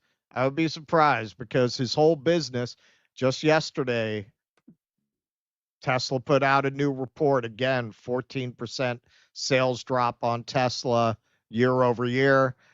those government contracts are his whole business now. So is he going to go start another party? No, but there was a poll that 40% said they would likely support it. If you know anything about this kind of polling, about a theoretical, there's a big gap between asking people what they would do in theory and what they're actually willing to do in practice. Because I hate to tell Elon this, nobody likes you, man. Nobody likes you. Would people support a third party? Sure. Would they support an Elon Musk constructed third party? I don't really think so, to be honest. And here's somebody with that peasant mind we talk about. Illegals and freeloaders are being kicked off Medicaid. If you can't see why that's justified, then there's no helping you. And it really shows you how much this works, because anywhere that you see a posting about this, you'll see 100 of these people saying that, just repeating that. They don't know. And this is a meme I think captures that very well. I voted for this, with a sea of people with the swirling eyes and the MAGA hat. I voted for this. I voted for this. See, they're actually gonna wake up when they don't get better jobs because of these migrants being deported. When we keep sending billions of dollars to overseas wars, including for Israel, when they actually maybe construct a factory, but most of the jobs go to AI, and the ones that don't pay well. That's when they're going to realize, when the ICE troops come to your town, because when all these promises fell through, you decided to join a protest. You decide to get a little angry and speak out against the dear leader on X, and they start investigating you. Or maybe they look through your phone when you try to take a summer vacation and they don't like what's on it. By then, it's going to be too late. Moving along. Now, what's really surprising about this passing is there was such effective opposition. Yeah. Like Hakeem Jeffries here with his Louisville Slugger, telling people how he's going to take a bat to the big, beautiful bill. Gave a whole speech, and you know how moving those Hakeem Jeffries speeches are. Today, united as House Democrats, to make clear to the American people that every single House Democrat will stand up for your health care, stand up for your Medicaid, stand up for your Medicare, stand up for the Affordable Care Act. I'm getting Stand chills. up for nutritional assistance for our children, our seniors, and our veterans. Stand up for our hospitals. Stand up for our nursing homes. Stand up for our community-based health centers. And stand up against massive tax breaks for GOP billionaire donors. And that is why Aren't you guys all like savaging Mamdani for wanting to tax billionaires and millionaires in New York City? Aren't you guys all refusing to endorse him? Every single House Democrat will vote hell no against this one big ugly bill. Yeah, well, that did a lot. Okay, so now it's often been observed, our friend Jimmy often observes this, that the Democrats are paid to lose. So is there no talent in the Democratic Party? Is there no one better than Hakeem Jeffries? Well, I would say you could make the case that James Tallarico, who I've never heard of, right? I mean, there are a lot of people in the House, a lot of these people you just never heard of. Never heard of this guy. I would say he'd be a better speaker than Jeffries, and he hit exactly the right points. What would Jesus do? Jesus do about a tax system that benefits the rich over the poor? What would Jesus do about a healthcare system that forces the sick to start GoFundMe pages to afford life-saving surgeries? What would Jesus do about an education system that ties a child's school funding to their community's property wealth? What would Jesus do about a justice system that incarcerates more people than any other country on the face of the earth? And what would Jesus do about an economic system that prioritizes profits over the health of our planet? Would he stay in his room and pray? Or would he walk into the seat of power and flip over the tables of injustice? We Christians are called to do more than charity. We are called to challenge the systems that make charity necessary. Why haven't you ever heard of this guy? Why Yeah. haven't you ever heard of this guy? He's not creepy and off-putting like Nancy Pelosi. He's not boring and ineffectual a speaker like Jeffries. You never hear of him because he's effective. Imagine you had a Democrat leader in the House who gave speeches like that. It would be something to talk about, right? It would be a subject. He's hitting them where they live because they love to wrap themselves up in the cloak of religion. What would they say to that? If you had a speaker that spoke like that, the donors will not allow a guy like that to rise to that level in the party. They only want ineffectual people who are completely servile to the corporate donors in that position. That's why you never heard of this guy. Yep, for sure. And AIPAC, obviously. And AIPAC. Now, the story does have a happy ending. It does have a happy ending, and we want that. This is the end of the week, going into the weekend, 4th of July tomorrow. We want to leave you with a inspiring, uplifting story of triumph. So you might have heard John Fetterman was very upset about missing the family vacation and not being able to go to the beach because he was stuck doing his job, voting on the bill.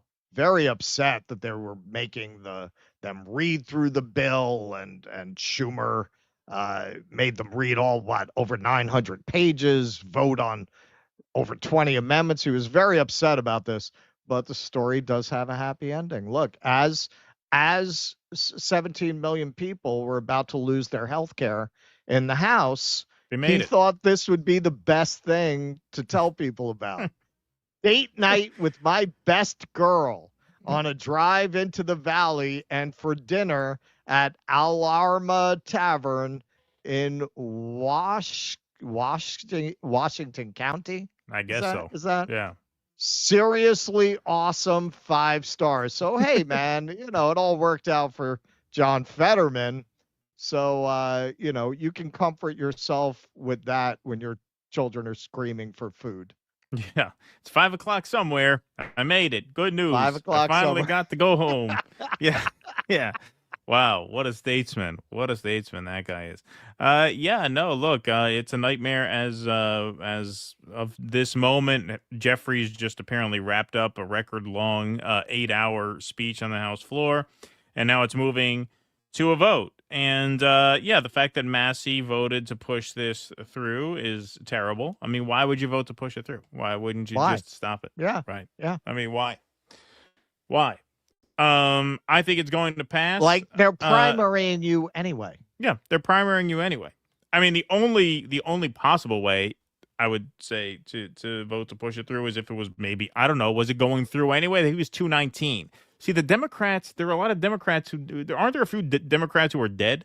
Didn't some Democrats die? So they don't need one Democrat, I think, literally fell down on the floor of the House. Yeah. No, I'm talking about, to bring their numbers down. We know Jerry Connolly recently passed away. I think 3 Democrats have died since Election Day, right? Something like that. Yeah. I mean, it's crazy. So I don't know if they need 218 or how that works. But it's getting very, very close now. The House is set to vote on this. And this is the kind of unserious country you live in where Daddy, which is what they call him, not us, sets a July 4th deadline totally arbitrarily. And now we have to move heaven and earth and really fast track negotiations or any scrutiny of what is going to be just a disastrous piece of legislation in order to meet this totally self-imposed July 4th deadline? Yeah, it's pretty ridiculous. That is why I opened with the picture of our founding fathers, because one can only imagine. Adams, they're calling it the big beautiful bill. Yeah, exactly. Are you joking? Yes. We've fallen quite far from whatever criticisms you may have of the founders. I'm sure they would have been horrified to find how just bone deep stupid this country ended up being. Yes, 100%. All right, I'll read chat while you go set up the B part. Venezuelan asylum seeker says Kauai cowboy crossed a 60-mile roadless dense rainforest of the Darien Gap between Panama and Colombia. Florida Everglades, a joke in comparison. Killer Hitton says, dirtbags, you can call us Mikasukis or humans or natives or Indians, but never call us late for happy hour. Am I right? Sorry about the dirtbags thing. Thank you. Appreciate that. Otacon says, you can't fight fire with water. You got to fight fire with fire. Vito says, thank you for the tribal segment. Many are trying to disappear the indigenous completely. Cancer sucks. You guys rock. Thank you, Vito. Appreciate that. Glad you liked it. Glad we could put that together. All right. We can move right on to part B. Do you need any other stuff there? You good? No, we're good. Okay, so here is Representative Mike Johnson talking about how the sausage is made. Can't make everyone 100% happy. It's impossible. This is a deliberative body. It's a legislative process. By definition, all of us have to give up on our personal preferences. I never going to ask anybody to compromise core principles, but preferences must be yielded for the greater good, and that's what I think people are recognizing and coming to grips with. Okay, so whose greater good is he talking about? Certainly not the greater good of his own constituents. 1.6 million Louisianians are on Medicaid, including 40% of Mike Johnson's district. 40% of his district is on Medicaid. So whose benefit is this for? Corporations, donors, oligarchs that these people actually work for. How is that democratic representation? How is that a democratic system? His own district is uniquely dependent on these programs, and he does not give a shit. So here was a segment talking about this. Apparently, the Louisiana legislature, which has a Republican supermajority, passed a resolution against this bill. Didn't matter. I mean, who would vote for this bill? Wow. Let's look at what is happening. We'll take David Valadao. He wrote a letter to the speaker back at the beginning of this process saying these Medicaid cuts are unsustainable in my district. Then he voted yes on the House version. 2 weeks ago, he joined another letter with 16 House Republicans saying, again, we cannot afford to cut health care in this way for our communities.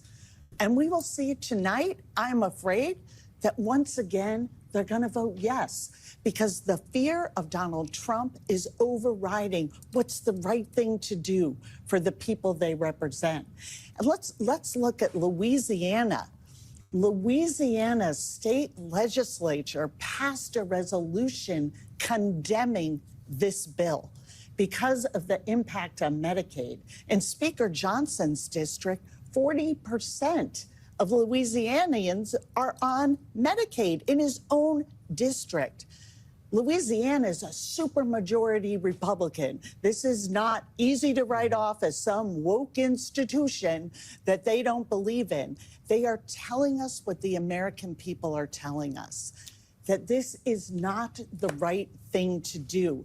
When you take away that ability to hit the first rung of the American dream, you are saying to people so clearly, your family doesn't matter. You are expendable, as long as we are taking care of the very wealthiest. Well, to that point.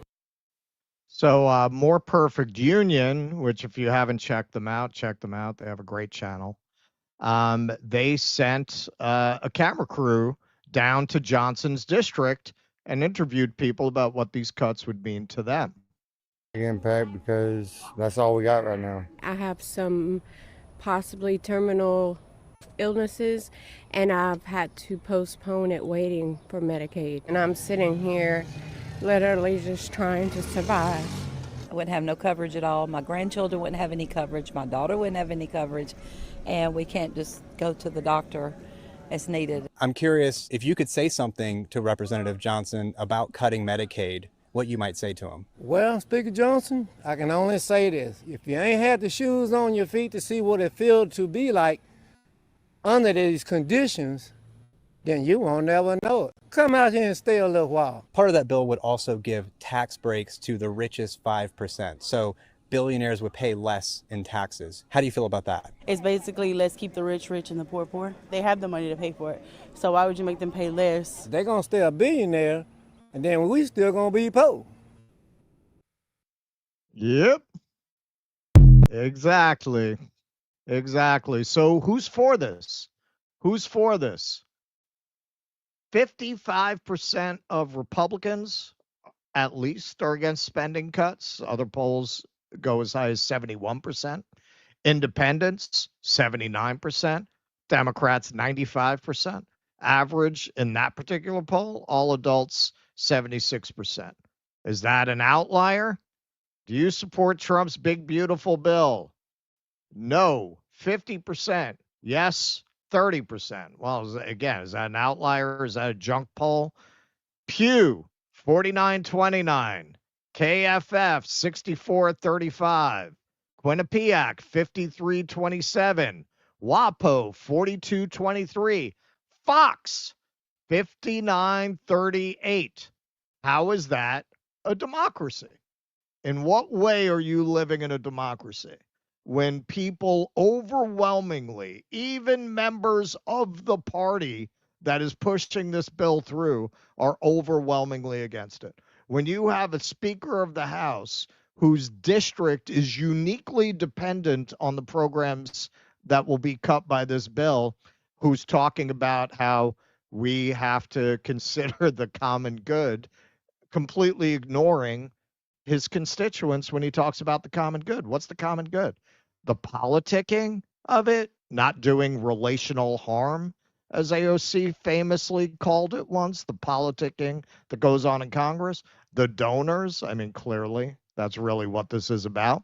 And again, this is for tax cuts, most of which go to the richest 20% of people in the country. There are more recent studies showing that for the poorest people, when you take into account certain benefits that aren't going to be available anymore, certain fees that get tacked on, they actually wind up losing money when you're talking about the poorest people. This is costing them a few hundred to over $1,000 a year, so that the richest people in the country can get tax cuts and corporations can get tax cuts.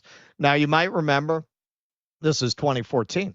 They did this study, and I'm sure the situation has not gotten any better. U.S. is an oligarchy, not a democracy. The study was done 11 years ago now.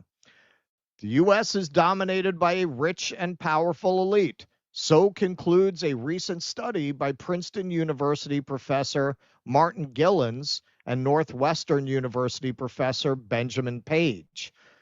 Quote, a proposed policy change with low support among economically elite Americans, 1 out of 5 in favor, is adopted only about 18% of the time, while a proposed change with high support, 4 out of 5 in favor, is adopted about 45% of the time.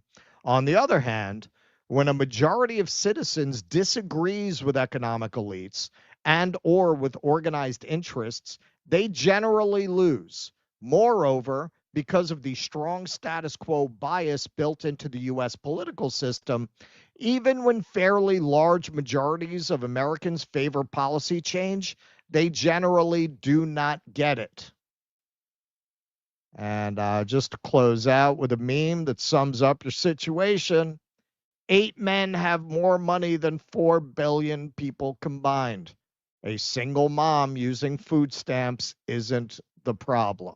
Yes, that's not the problem. The immigrant is not the problem.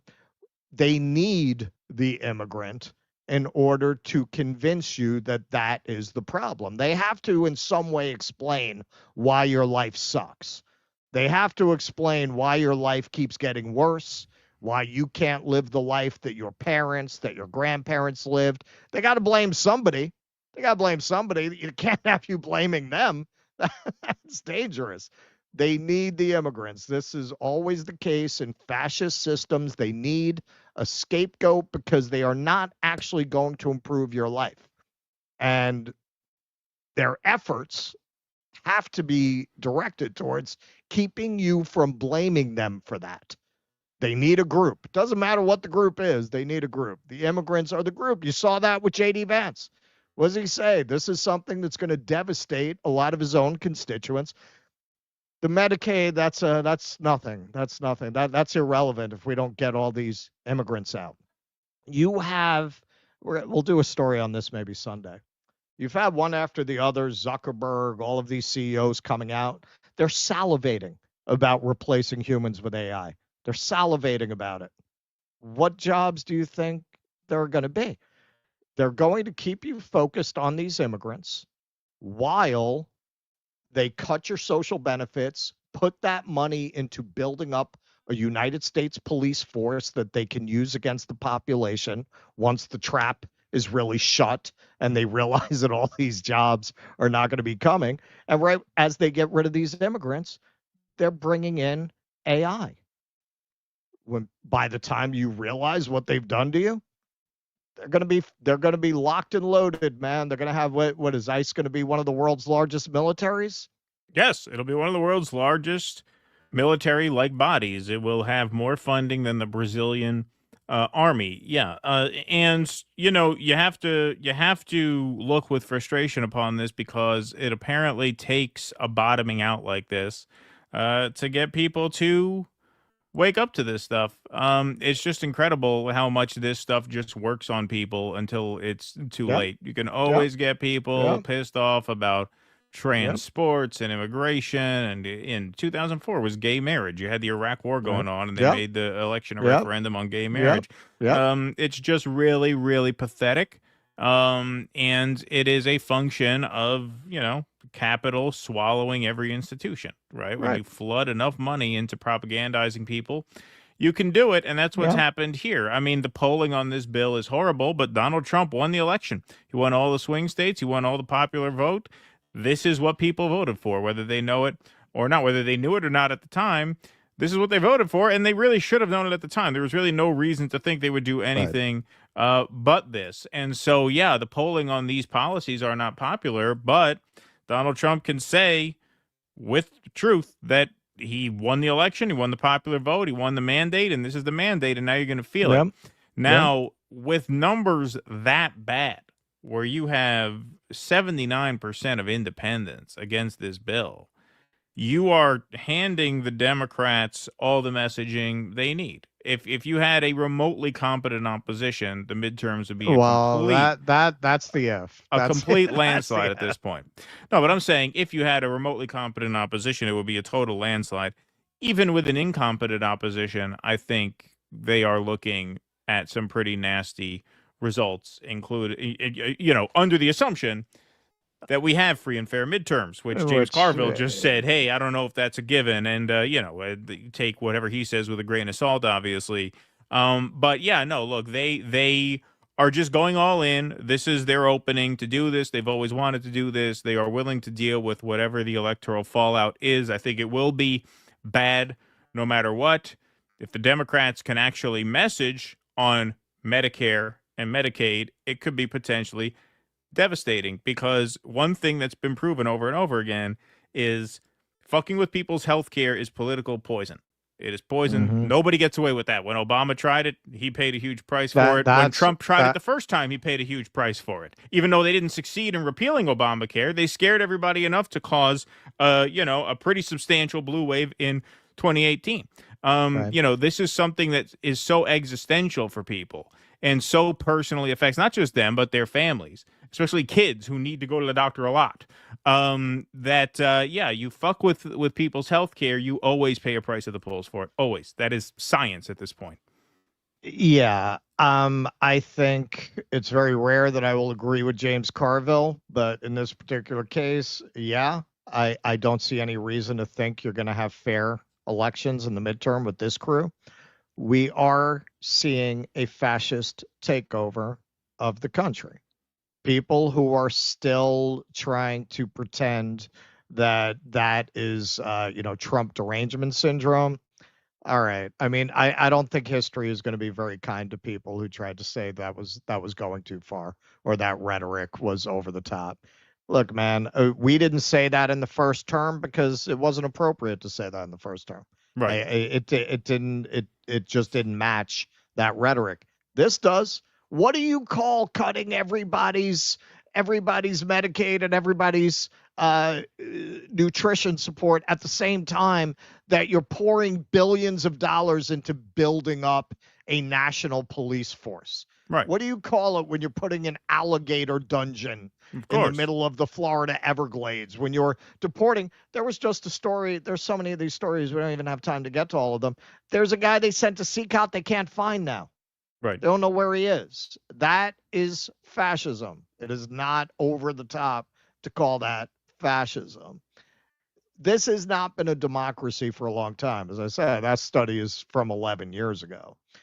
Well, this is the end game. We're going to fascism. Any conversation that's centered on saving our democracy is not a serious conversation. The conversation now is about getting a democracy. You don't have one. You haven't had one in a long time. What you have is an oligarchy that is in the process of transforming into a fascist, totalitarian society. Yeah. And, one of the questions regarding the midterms is going to be, do they care if they lose, right? Like, is it easier for them to just take the L? Thing. Because the Democrats are very unlikely to do much to undo any, most, if any, of this damage. So do they say, you know what, path of least resistance? Yeah, all right, let them vote the Democrats in. Even if they don't rig the elections come and go. Shredding up the social safety net in a way that they've wanted to do since the New Deal, that's fucking priceless. Yeah. And they know this crew, these Democrats, they're owned by the same people. Right. If they undo anything, it's going to be like a little crumb. It's going to be a speck compared to the damage that they're going to do with this bill. Right. They're going to make big promises about what they're going to restore, and then they're going to restore a tiny bit, and the mansion stopped us from doing more, and the parliamentarian, vote harder. This, that, exactly, yeah. So I mean, the one hope you have in the short term is that they'll figure, you know what, be easier just to let the Democrats win. What difference does it make in the long run, right? It's a big club, and you ain't in it. That's right.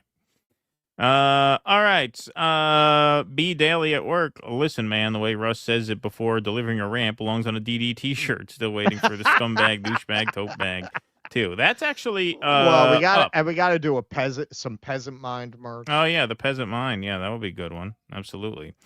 $1 Million Trooper says, on Russ's point about consumerism encouraging impulsivity, does anyone remember the first time they heard melty versus melted in an ad? I believe this language infantilizes us. I do not remember that. Well, dude. I mean, this is something I think Bill Maher went off about this. It's a while ago, and I do have to agree. The most popular genre in the country for 2 decades has been fucking superheroes. What does that tell you about the culture? It used to be people lined up to see The Godfather. Now they line up to see the Avengers. I mean, come on, man.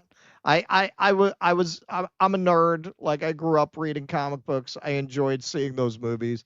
But when you have what's essentially a niche genre for adolescent nerds becomes the main focus of cultural production, what you have is a society of infants. Yeah, I would agree with that. Brad Gilbert says Epstein and Diddy are symbolic of deep state transitioning from analog ops to digital surveillance and spinfluencers more cost effective than agents and celebs. Dan Delboy says, don't say gator. How good one. The Yuppies, thanks for the $5. America, fuck yeah, letting Diddy off scot-free while we give all our money away. Yeah. Why would people want to come to this shithole is beyond me. I agree. Marigold Rose, thanks for the $5. I love Do Dissidents because I'm no longer alone as a Lou Reed Velvet Underground super fan. Thank you, Marigold Rose. Glad we could fill that part of your life. Law and Order, he says China Shell equals state murders with no consequence. Yep. Yuppies, thanks for the $5. Says Chris Cuomo saying, go ahead, Suge, is classic white guy who wants to be friends with black people tone. Yeah, exactly. Yeah. Dorian, That's why it's so funny. Go ahead, yeah, Suge. go ahead, Suge. Dorian Marquis, J.D. Vance survived on his grandma's welfare. Yes, good points. Good point. Mark Thicot says it's the same in most of the West in different degrees. Our rulers despise everyone who wasn't smart enough to be born into a wealthy family or cheated and pillaged their way to affluence. Thank you, Mark Thicot. Appreciate that very much.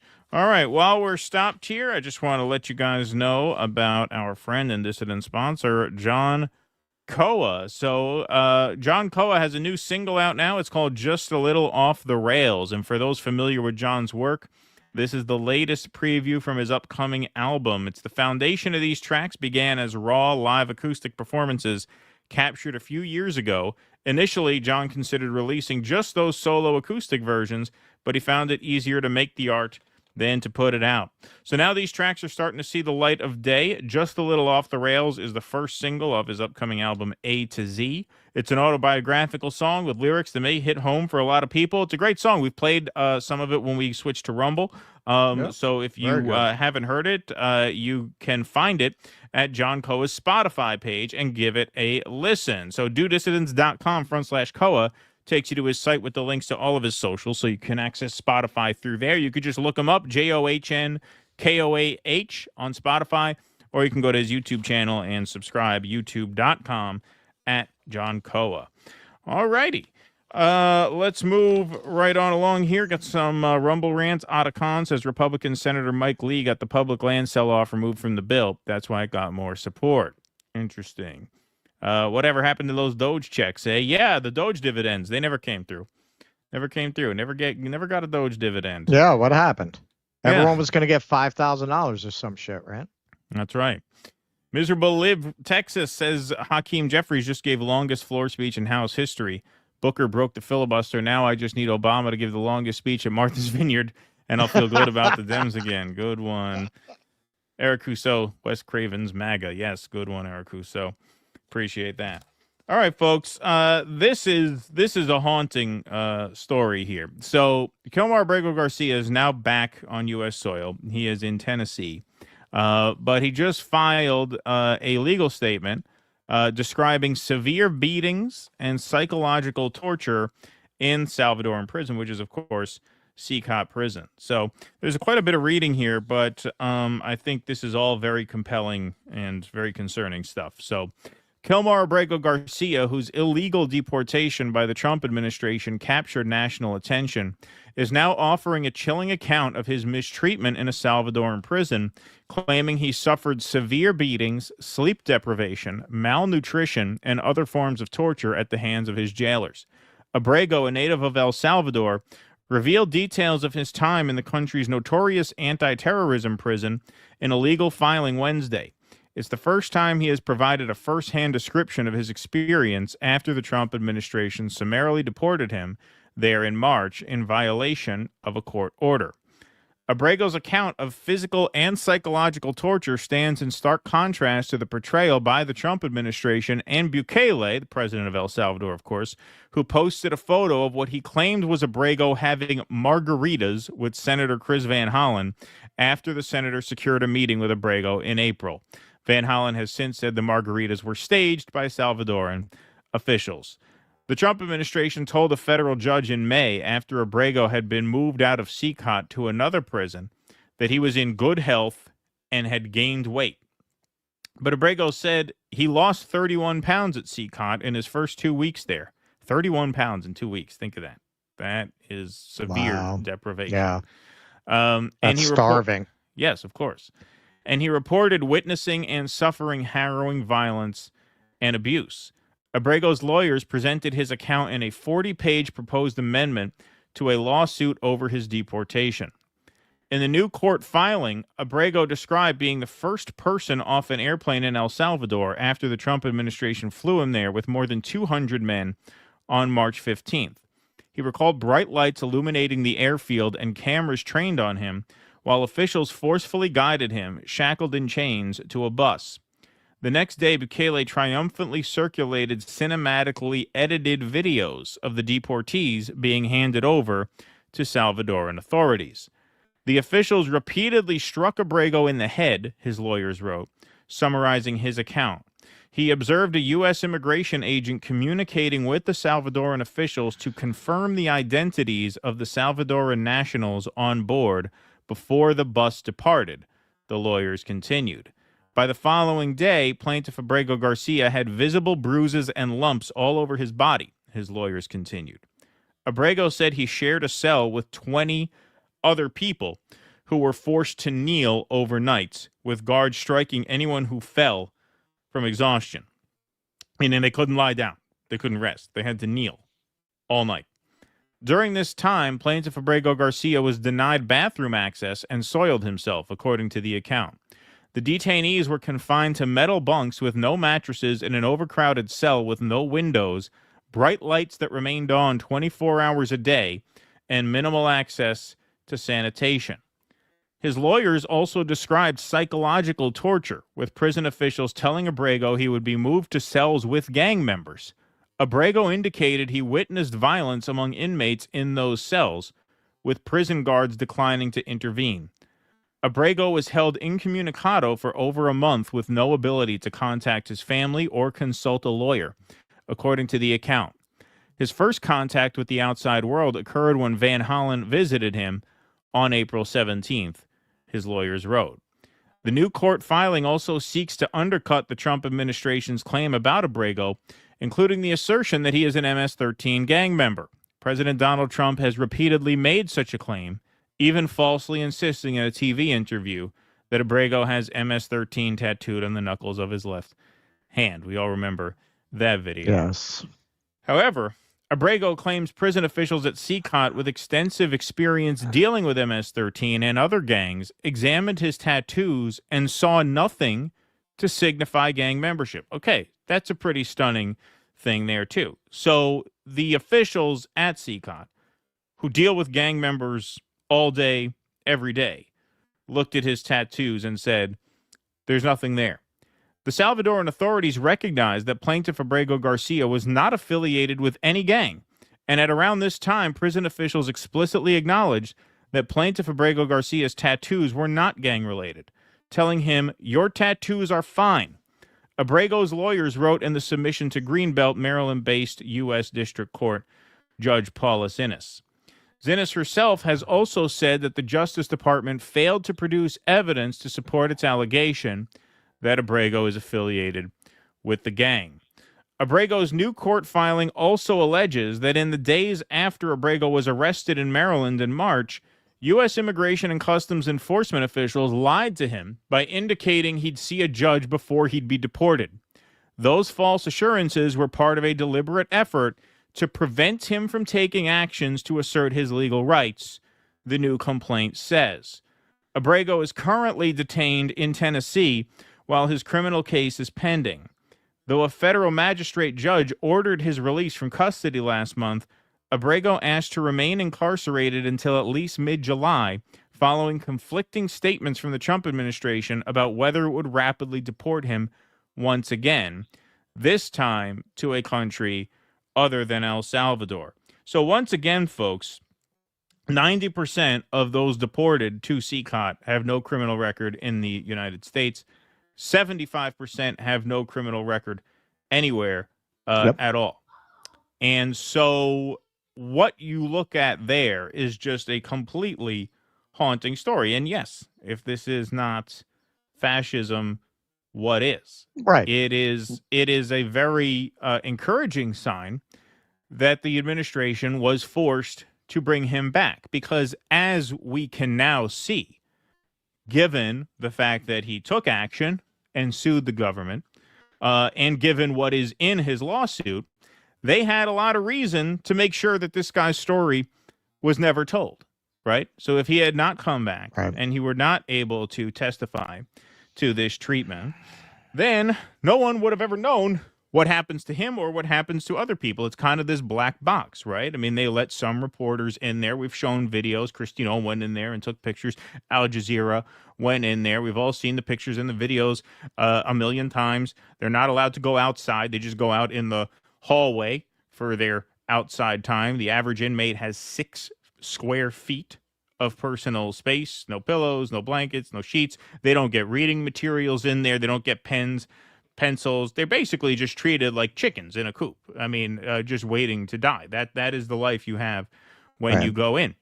And, most people who go in do not come out. And El Salvador built popular support for this within their own borders because they have an epidemic of gang violence. And so people were willing to put up with not only the construction of this super prison, but a suspension of due process within El Salvador.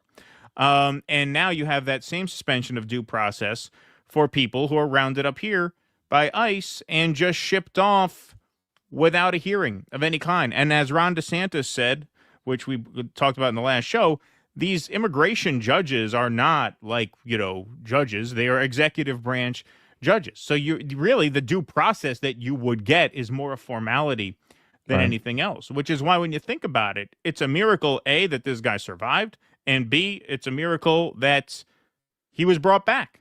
I mean, it really is. I mean, when you think about how unresponsive this administration has generally been to any kind of pressure whatsoever, political, legal, or otherwise, it does say something that they were able to bring him back here, and now he is in Tennessee. And should he be deported again, the understanding is it will not be to El Salvador, but to a third-party country. Now, what his fate is in whatever third-party country they sent him to is up in the air. But we know one thing. It cannot be worse than this. It cannot be worse than this. And go ahead. Yeah, we never got to that story, but the Supreme Court ruled that they can deport them to third-party countries. That's part of that, well, yeah, including like South Sudan. So I don't know that you could categorically say they're not going to send them any place equivalent. I said worse. There's nothing worse than this. Nothing. It doesn't get worse than this.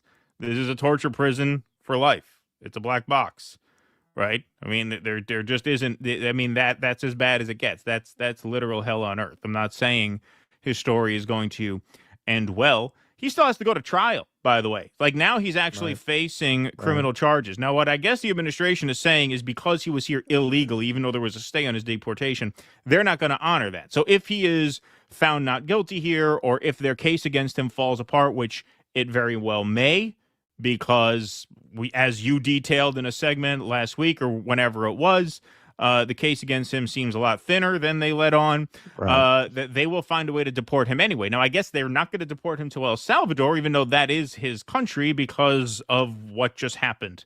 So they're going to have to find somewhere else to send him to. The fact that they had to get him back here is something I didn't think he was ever going to come back. I just didn't think they would bend. And so, it is a good sign that they had to do that, and we will wait to see what the results of this trial are. He obviously has a pretty damning lawsuit against the government. We know that for sure. Will it matter? Probably not, because it looks like they're going to get rid of him anyway, either way. When you see what's happening with the big, beautiful bill, when you see some of the other decisions that the Supreme Court has recently handed down, such as the ability to deport people to third-party countries, I think they're just getting started. It doesn't bode well. I've been taking a wait-and-see attitude to see if this whole thing collapses under its own weight, and it very well might, not anytime soon. I think they're going to consolidate power sooner than they're going to start to have it perhaps slip away because of their own excesses. The fact that Trump had enough control over the party that even freaking Massey voted to advance that bill, no one's coming to save you, man. No one's coming to save you. It looked a little shaky there for a little while when the Supreme Court handed down the 9-0 ruling in this particular case that they had to bring him back, the fact that they seemed to feel enough pressure to bring him back. But you could also interpret that as they felt it would be a win-win because they could have a PR victory by claiming these outlandish, based on the reporting, making these outlandish claims based on threats and promises that they made to actual human traffickers who got to go free in exchange for telling them what they wanted to hear. But look, man, the chuds that actually think when Pam Bondi stands in front of a microphone, they're listening to a credible person. It served its purpose. Yeah, Maryland man. Yeah, the Maryland man. Fucking that's what it's for. Now, are they really gonna get stopped by the courts in a really meaningful way? They're definitely not gonna get stopped by their own party. Well, you got Rand Paul, who actually stuck to his guns and actually voted against the bill, whatever consequences may come. And then you got Massey voted to advance it. I mean, he'll probably take a symbolic vote against the final passage, but, that hardly matters. When you look at what their agenda is, when you look at how lawless this administration is, and I think the big, beautiful bill was a test of whether anyone in their own party would say shit about anything that they want to do. No. If they didn't stand up about that, they're sure as hell not going to stand up about any violations of human rights or civil rights or First Amendment rights. You've got a lawless administration that now has a hyper-funded personal police force. This is going to get very, very ugly. First for the immigrants, but then they're coming for you. Yeah, it is. The House is voting on the bill now. The House is actually taking the vote on the bill right now. As we speak. As we speak. Damon Wolf. So when 8 are wealthier than 4 billion and what we want is ignored, when can you act like the democracy is dead and grab the fucking pitchforks asking for a friend or 330 million? Voting is a waste of time. General strike shut down capitalism. Thank you. You're selling CCOT to the Trumpers. This is what they really want in Florida. Yeah, indeed. Yep. V. Nettlesbaum, just think of how many like Abrego Garcia are being detained and tortured and we haven't heard about. Sick society we live in. Humanity needs healing from its trauma. Yes, well said, V. Nettlesbaum. Appreciate that very much. Let's see here. Tom says Dems can only come together when they know their votes don't count. They somehow can't rally together when it comes to giving people health care, living wage, or free college. That's right. Steve Isidore, thanks for the $10. Florida didn't expand Medicaid, so people who earn too much for Medicaid but not enough for ACA help often stretch their income to qualify. Next year, income verification will be stricter. Yes, indeed. Not Noir, you guys still doing the art band book plug semi-ad. What does that mean? The art band book plug semi-ad. I'm not sure what that means. We do take sponsorships. Yeah. So if you have, I assume that's what you're asking about. So yeah, if you have a project that you want to promote with us, you could just fill it out at dudissidents.com/sponsors. And if you have something that you'd like us to plug for you, we can do that. So that, I hope that answers your question. I'm not sure. All right. We will move right on along. Okay. We're going to Gillibrand. Yeah. All right. So our senator here in the fair state of New York gave an interview to Brian Lehrer on NPR. And I got to say, kudos to Lehrer. Like, he did not let her get away with shit, which is part of why this blew up the way that it did. But she just made some really unfounded, disgusting, and Islamophobic accusations against Mamdani in this interview. So this is my own cut of it. It jumps a little bit, but this is the meat of it. Well, the caller is exactly the New York constituents that I've spoken to that are alarmed. They are alarmed by past public statements. They are alarmed by past positions, particularly references to global jihad. Just to be clear, I cut it for brevity, but the caller's question just went down this laundry list of Mamdani supporting global jihad and Hamas. And So that's what she's answering, without challenging any of these just completely insane claims that he made. This is a very serious issue because people that glorify the slaughter of Jews create fear in our communities. The global intifada is a statement that means destroy Israel and kill all the Jews. So that's absolutely wrong. These are that's absolutely not true. The first intifada was peaceful, a peaceful uprising, and that is all that means. Kinds of things that if Mr. Mamdani is elected our mayor, we'll need to assure all New Yorkers that he will protect all Jews and protect houses of worship and protect funding for not-for-profits that meet the needs of these communities. Those are the things he'll have to do as our mayor. He would certainly say that he has committed to protecting all Jews in New York as mayor of New York. Do you dispute? Do you doubt that? Well, one of the issues I did talk to him yesterday was exactly this issue, and he has agreed to work with me on this and to protect all residents. So this is something I care deeply about, and so I will be an advocate on these issues. These are things that I think are important to New Yorkers, and I will work with him when he gets elected, if he gets elected, to make sure everyone is protected. But I do also want to be clear that he said he does not support violent intifada. Is that fair? So, Brian, I didn't hear your exchange with him, but if I was speaking to him directly, I would simply say that is not how the words are received. And it doesn't matter what meaning you have in your brain. It is not how the word is received.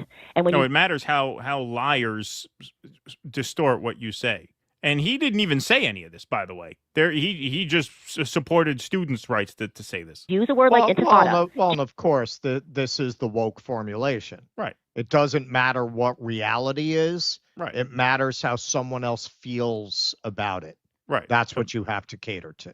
Exactly. To many Jewish Americans and Jewish New Yorkers, that means you are permissive for violence against Jews. But it that's is a not what it serious means. word. It is a word that has deep meaning. It has been used for wars across time and violence and destruction and slaughter and murder against the So has God Bless America been used for wars and destruction and murder. Jews. It is a harmful, hurtful, inappropriate word for anyone who wants to represent a city as diverse as New York City with 8 million people. And I would be very specific in these words, and I would say you may not use them again if you expect to represent everyone, ever again, because they are received as hateful and divisive and harmful, and that's it. So I appreciate that he told you he didn't mean that, and that's great. That's And a I great think we would also clarify, or he was clarifying that he never said globalize the intifada. He was asked in an interview if he would denounce the phrase globalize the intifada, and then that led to this kind of conversation, that you were just referring to. But that he was never out there saying globalize the intifada. He was asked about other people who used it. So just to be precise about what happened there. Yes. Well, as a leader of a city as diverse as New York City with 8 million people, as the largest Jewish population in the country, he should denounce it. And that's it, period. And you can't celebrate it, you can't value it, you can't lift it up. And that is the challenge that Jewish New Yorkers have had, certainly since October 6th. October 7th. It is exactly what they have felt. It is why Jewish students in our universities have felt unsafe. It is why Jewish students have felt that their schools did not have their backs and cared about them or their learning, because the people doing these protests use words that have meanings that are far more violent and horrific than they may have intended. But when you hear things like intifada, when you hear things like jihad, when you hear from the river to the sea, it is received as slaughter the Jews and destroy Israel. Period. It's how it's received. How it's received. It's how it's received. So the entire world needs to sacrifice their First Amendment rights because this is how it's received by certain people. Doesn't matter what it actually means. Right. It doesn't matter what it actually means. If you have people who are deranged enough to go into hysterics at a word that they clearly don't understand the meaning of, all of our politicians need to orient their speaking around that and torch the First Amendment. This is why you want to talk about Trump derangement syndrome. If you are going to ignore the fact that the Democrats certainly paved the way for the trampling on these students and colleges and civil liberties that the Trump administration is now executing. I mean, come on. What was going on under the Biden administration? All those crackdowns at Columbia? Trump wasn't president then. Listen to Gillibrand. What is Trump doing in regards to cracking down on these universities that she wouldn't do? Right. Based on what she's saying there.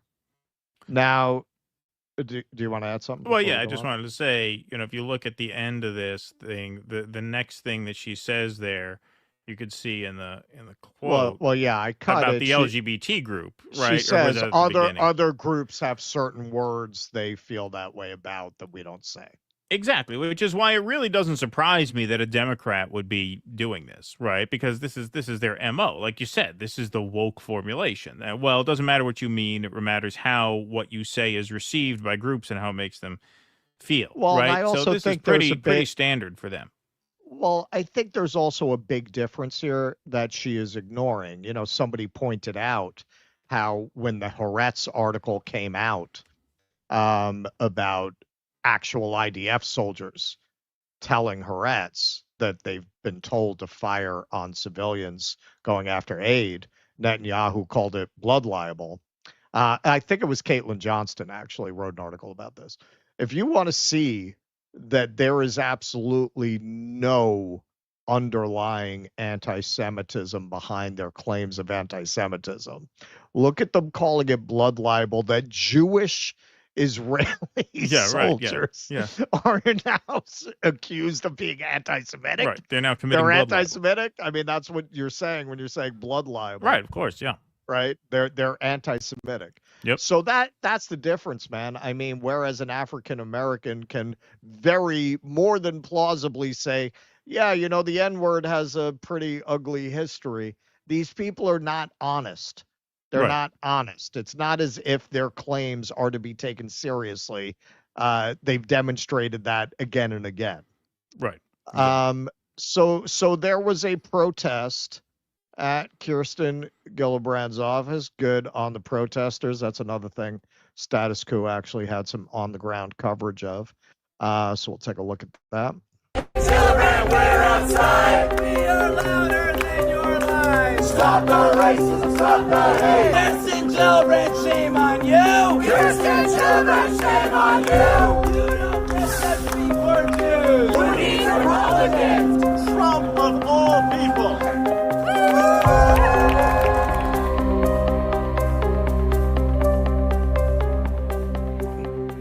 Yeah, to be clear, that was not a Status Quo clip.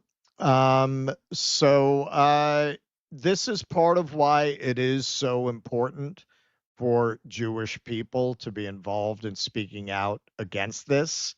Because what can they say? You're an anti-Semite? What can they say? You can see you had Jewish people very prominently at that protest. I think we have a special responsibility to speak out, and good on them for doing it.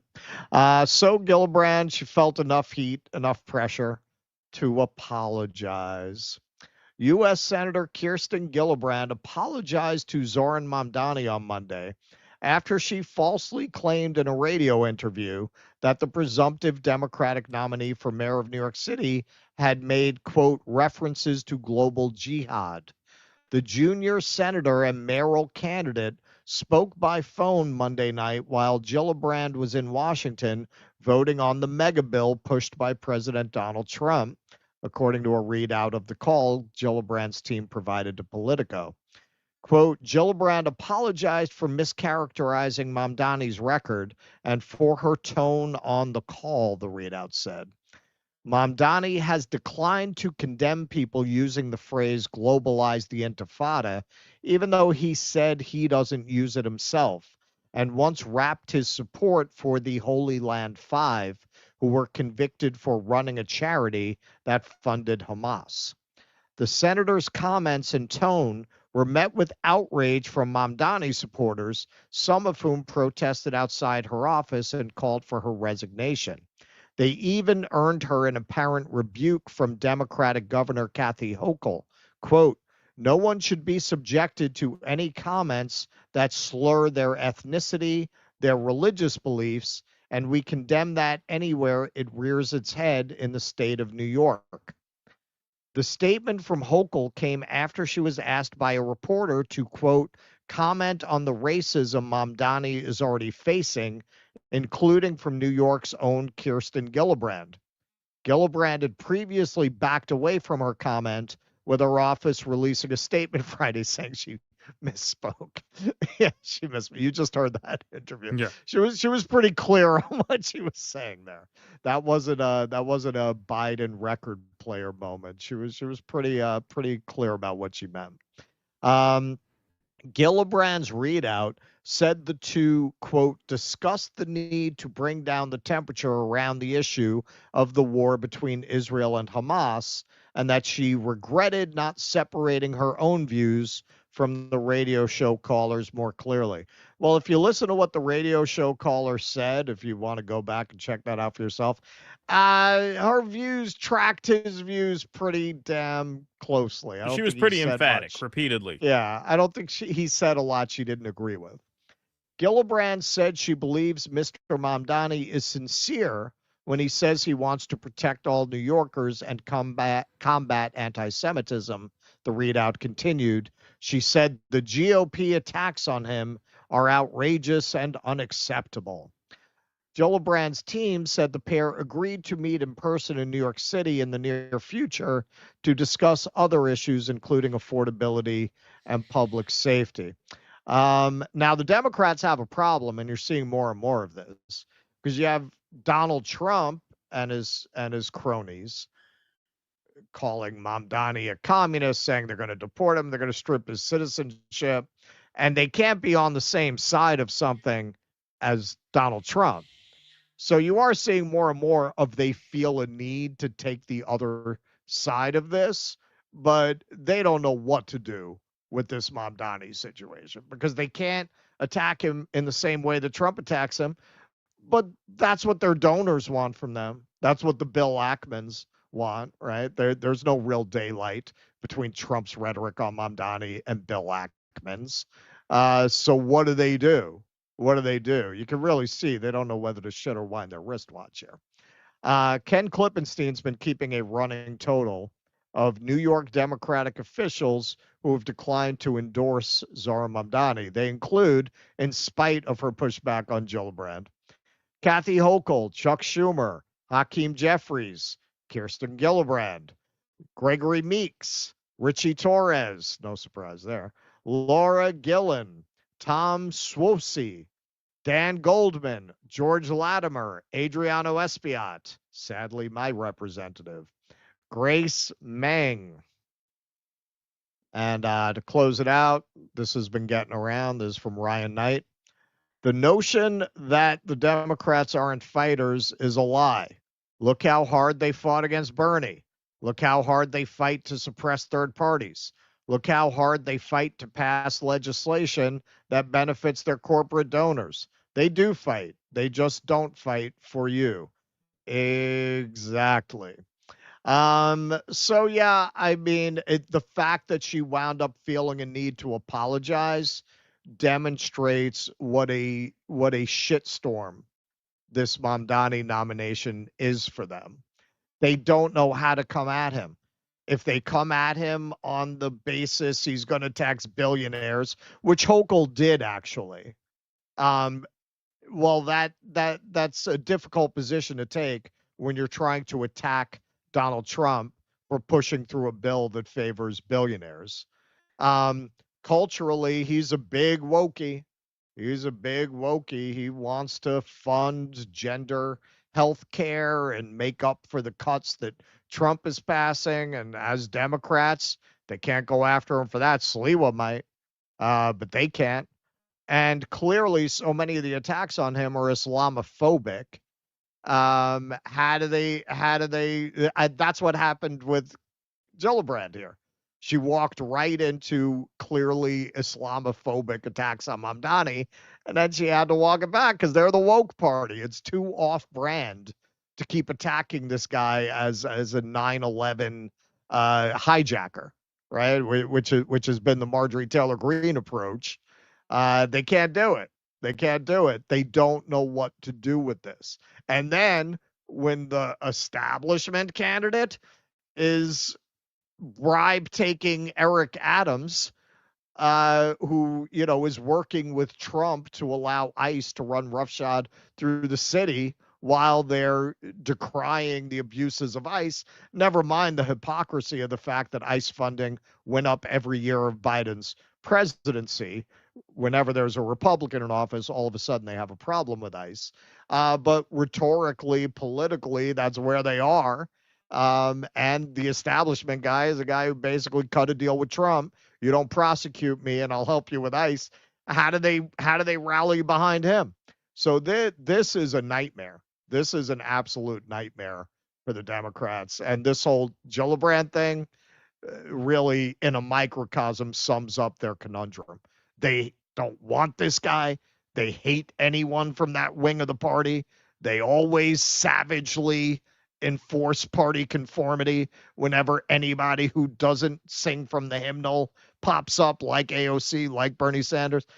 But him being Muslim like that, yeah, the GOP have their way of going at that, and their base likes it. Theirs doesn't. They just don't know how to handle this. And the fact that Cuomo ran as the Israel guy and the other guy won, they really don't know how to interpret that in New York freaking City of all places. You're muted, man. You're muted. Well, this is why I think they're going to need Cuomo to run. Because I think the fact that she was forced to apologize to Mamdani shows that they are a little afraid of their base now. There was CNN just did a little segment where they showed that in 2017, the Democratic Democratic voters favored Israel in the Israel-Palestine conflict by, I think, 14 points, and now they favor Palestine by 43. So there's just been this massive swing, right? Which is just way too much for the establishment of the party to withstand if they don't moderate somehow. And this is what I mean by moderate somehow. I mean, issue an apology for, basically, calling him a jihadist, right? Like that's as far as they're willing to go, but they have to go there. And I also don't think they are going to be able to rally behind Eric Adams, given his complicity in the ICE deportation. We just did a couple of segments today about how this bill just funds ICE to the hilt. What are they going to do? They're going to support a guy who is going to be complicit with these ICE deportations over their own nominee who won a pretty convincing victory in the primary? No, they need a middle ground. They need a moderate in the race. That's going to be Andrew Cuomo. And I think even if Cuomo loses to Mamdani, which I think is very likely, I think with Cuomo in the race, it makes Mamdani more likely to win because it splits the opposition. It'll split the out. That'll be the best thing that could happen for him if Cuomo. It will be as long as Adams stays in too. Yeah, well, he will stay in. Adams will definitely stay in. But I think that if Mamdani, even if Mamdani wins that four-way race, I think it's still better for the party overall because they didn't have to go and throw their support behind Eric Adams because yes, they are in this tough situation, and this alone is great. This alone makes it great that Mamdani won this primary. The fact that you really turn the screws on these Democrats, you put pressure on them, right? If Cuomo wins, there's no pressure on them. They all fall in line behind Cuomo. He beats Adams pretty easily because, lesser evil, blue no matter who, blah, blah, blah. That's the dominant orthodoxy in New York City. And boom, done. Now they have a shit show on their hands, which is good. The more pressure they're under, the better. All right. Eric Torres, thanks for the $2. Balkanization, here we come. Thank you for that, my friend. Michael Castillo, thanks for the $50. Let's get the cowbell out from Michael Castillo over here. Do, man. Says, Russell, I started watching Daredevil. I absolutely love the show, but I really admire Vincent D'Onofrio as Wilson Fisk Kingpin. What do you think? I would like to wish you both a beautiful 4th of July with your family and friends. Free Palestine. Well, thank you, Michael Castillo. I really liked that 3 seasons that they did on Netflix before the Disney sale. That was really good. The first season was the best. The second was a little weird. The third was pretty good. I understand that the one they did on Disney sucks. The one that they just dropped.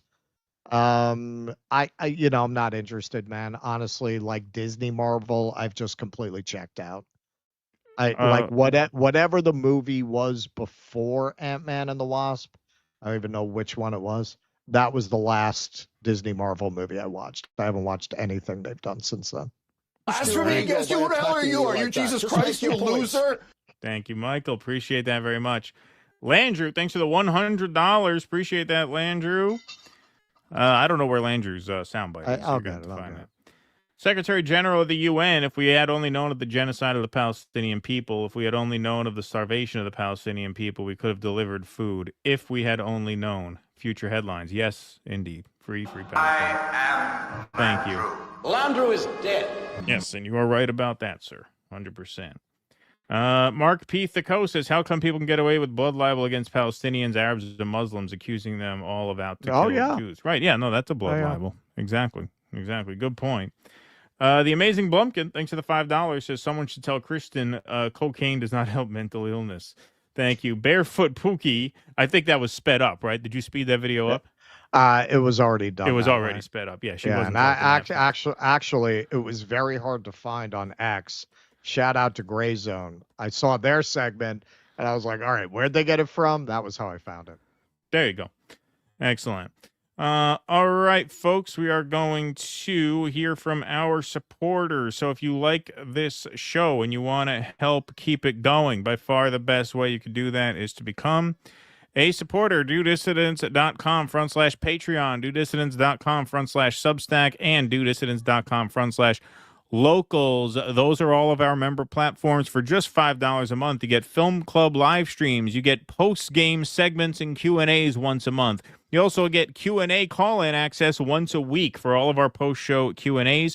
You also get ad-free live stream replays of every show in its entirety the day after it airs. That is a popular feature. People are enjoying that one. So if you miss a show and you want to watch it back without ad interruption, you can do so at the link that we email you the day after every show airs. So it's just $5 a month or $50 for the year, which gets you 2 months free on Substack or Locals. They offer the annual option, and it helps us tremendously. So we thank all of you very much for your support. Our supporters are, of course, the backbone of the show. You really help us keep the project afloat, especially now as we try to expand more into online magazine territory and video essay territory. Your membership is what keeps us going and helps us do all of that. Could not do it without you guys.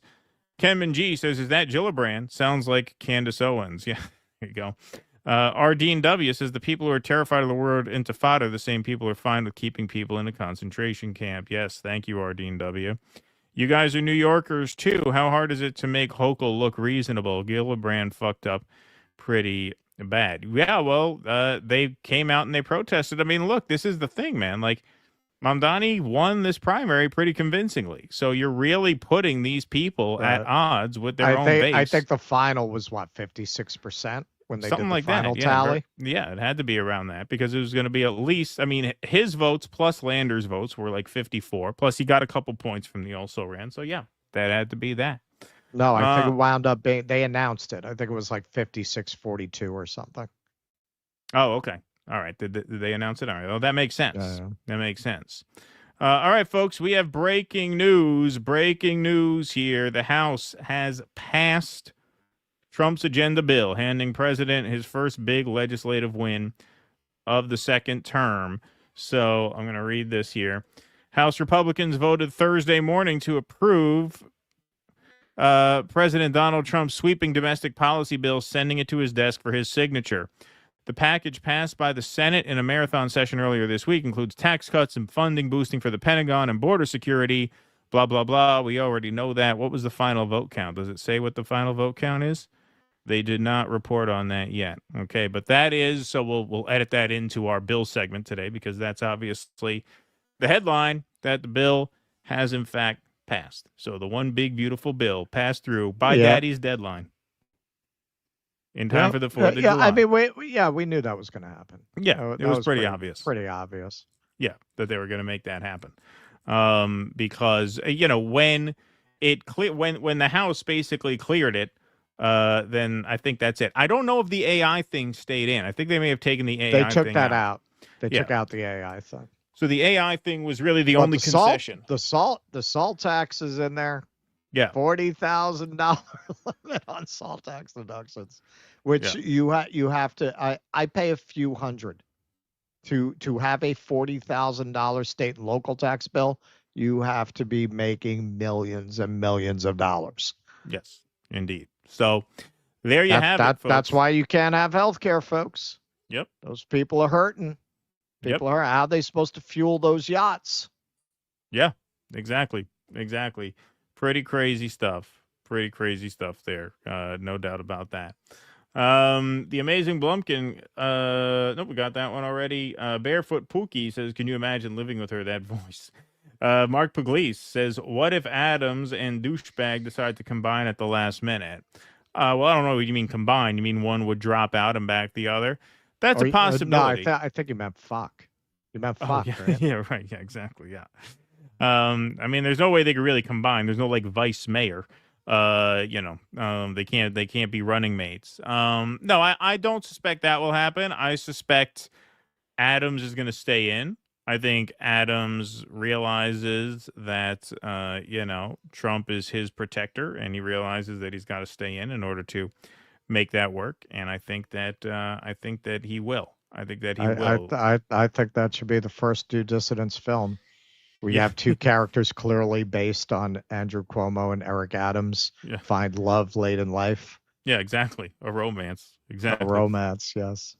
All right, folks, just a quick word from 1775 Coffee here. If you still haven't tried 1775 Coffee, now is your shot. The 1775 starter kit just dropped, and there's only 1,000 units. So you're getting the bold dark roast that hits harder than a CNN fact check, the smooth medium roast, and the Vitality mushroom coffee for clean energy and laser focus. No crash. All single origin, small batch, toxin free, and mold free. Plus, you're also getting a gold spoon clip because freedom isn't scooped with plastic. A frother strong enough to stir up your coffee and your mother-in-law's political opinions. And, of course, a black 1775 tumbler. That's $170 worth of coffee and gear, yours for just $99. This is for the ones who have been watching 1775 blow up on Rumble, wondering if it's actually worth it. Spoiler, it is. So go to 1775coffee.com/studio and grab your starter kit before they're gone. Bold beans, clean fuel, and a morning routine that stands for something. Just like Rumble, so start your day with coffee that actually backs what you believe. Okay, Mark Pugliese says, Russ, you use my idea, you better pay. There you go. Thank you, Mark Pugliese. Appreciate that very much. All right, let me just make sure we got no more Rumble rants here. Where did we go? Where's the Rumble rant thingy? Oh, no, I lost it. Massey and Fitzpatrick, the only Republican defectors. The only Republican defectors, and they're useless because Massey voted for it to go to the floor. Exactly. So yeah, so they cucked him pretty hard. Yeah, yep. Massey pulled an AOC there. Pulled that is very squad like of Thomas Massey there to vote for that to go through. So there you go. There you go. He was for it before he was against it. That's right. He was for it before he was against it. That's right. That's the story of Thomas Massey. All right, folks, that is our show. Thank you very much for being here. Appreciate you all. We hope you guys enjoy the weekend. We will see you back here on Sunday night, 7 p.m.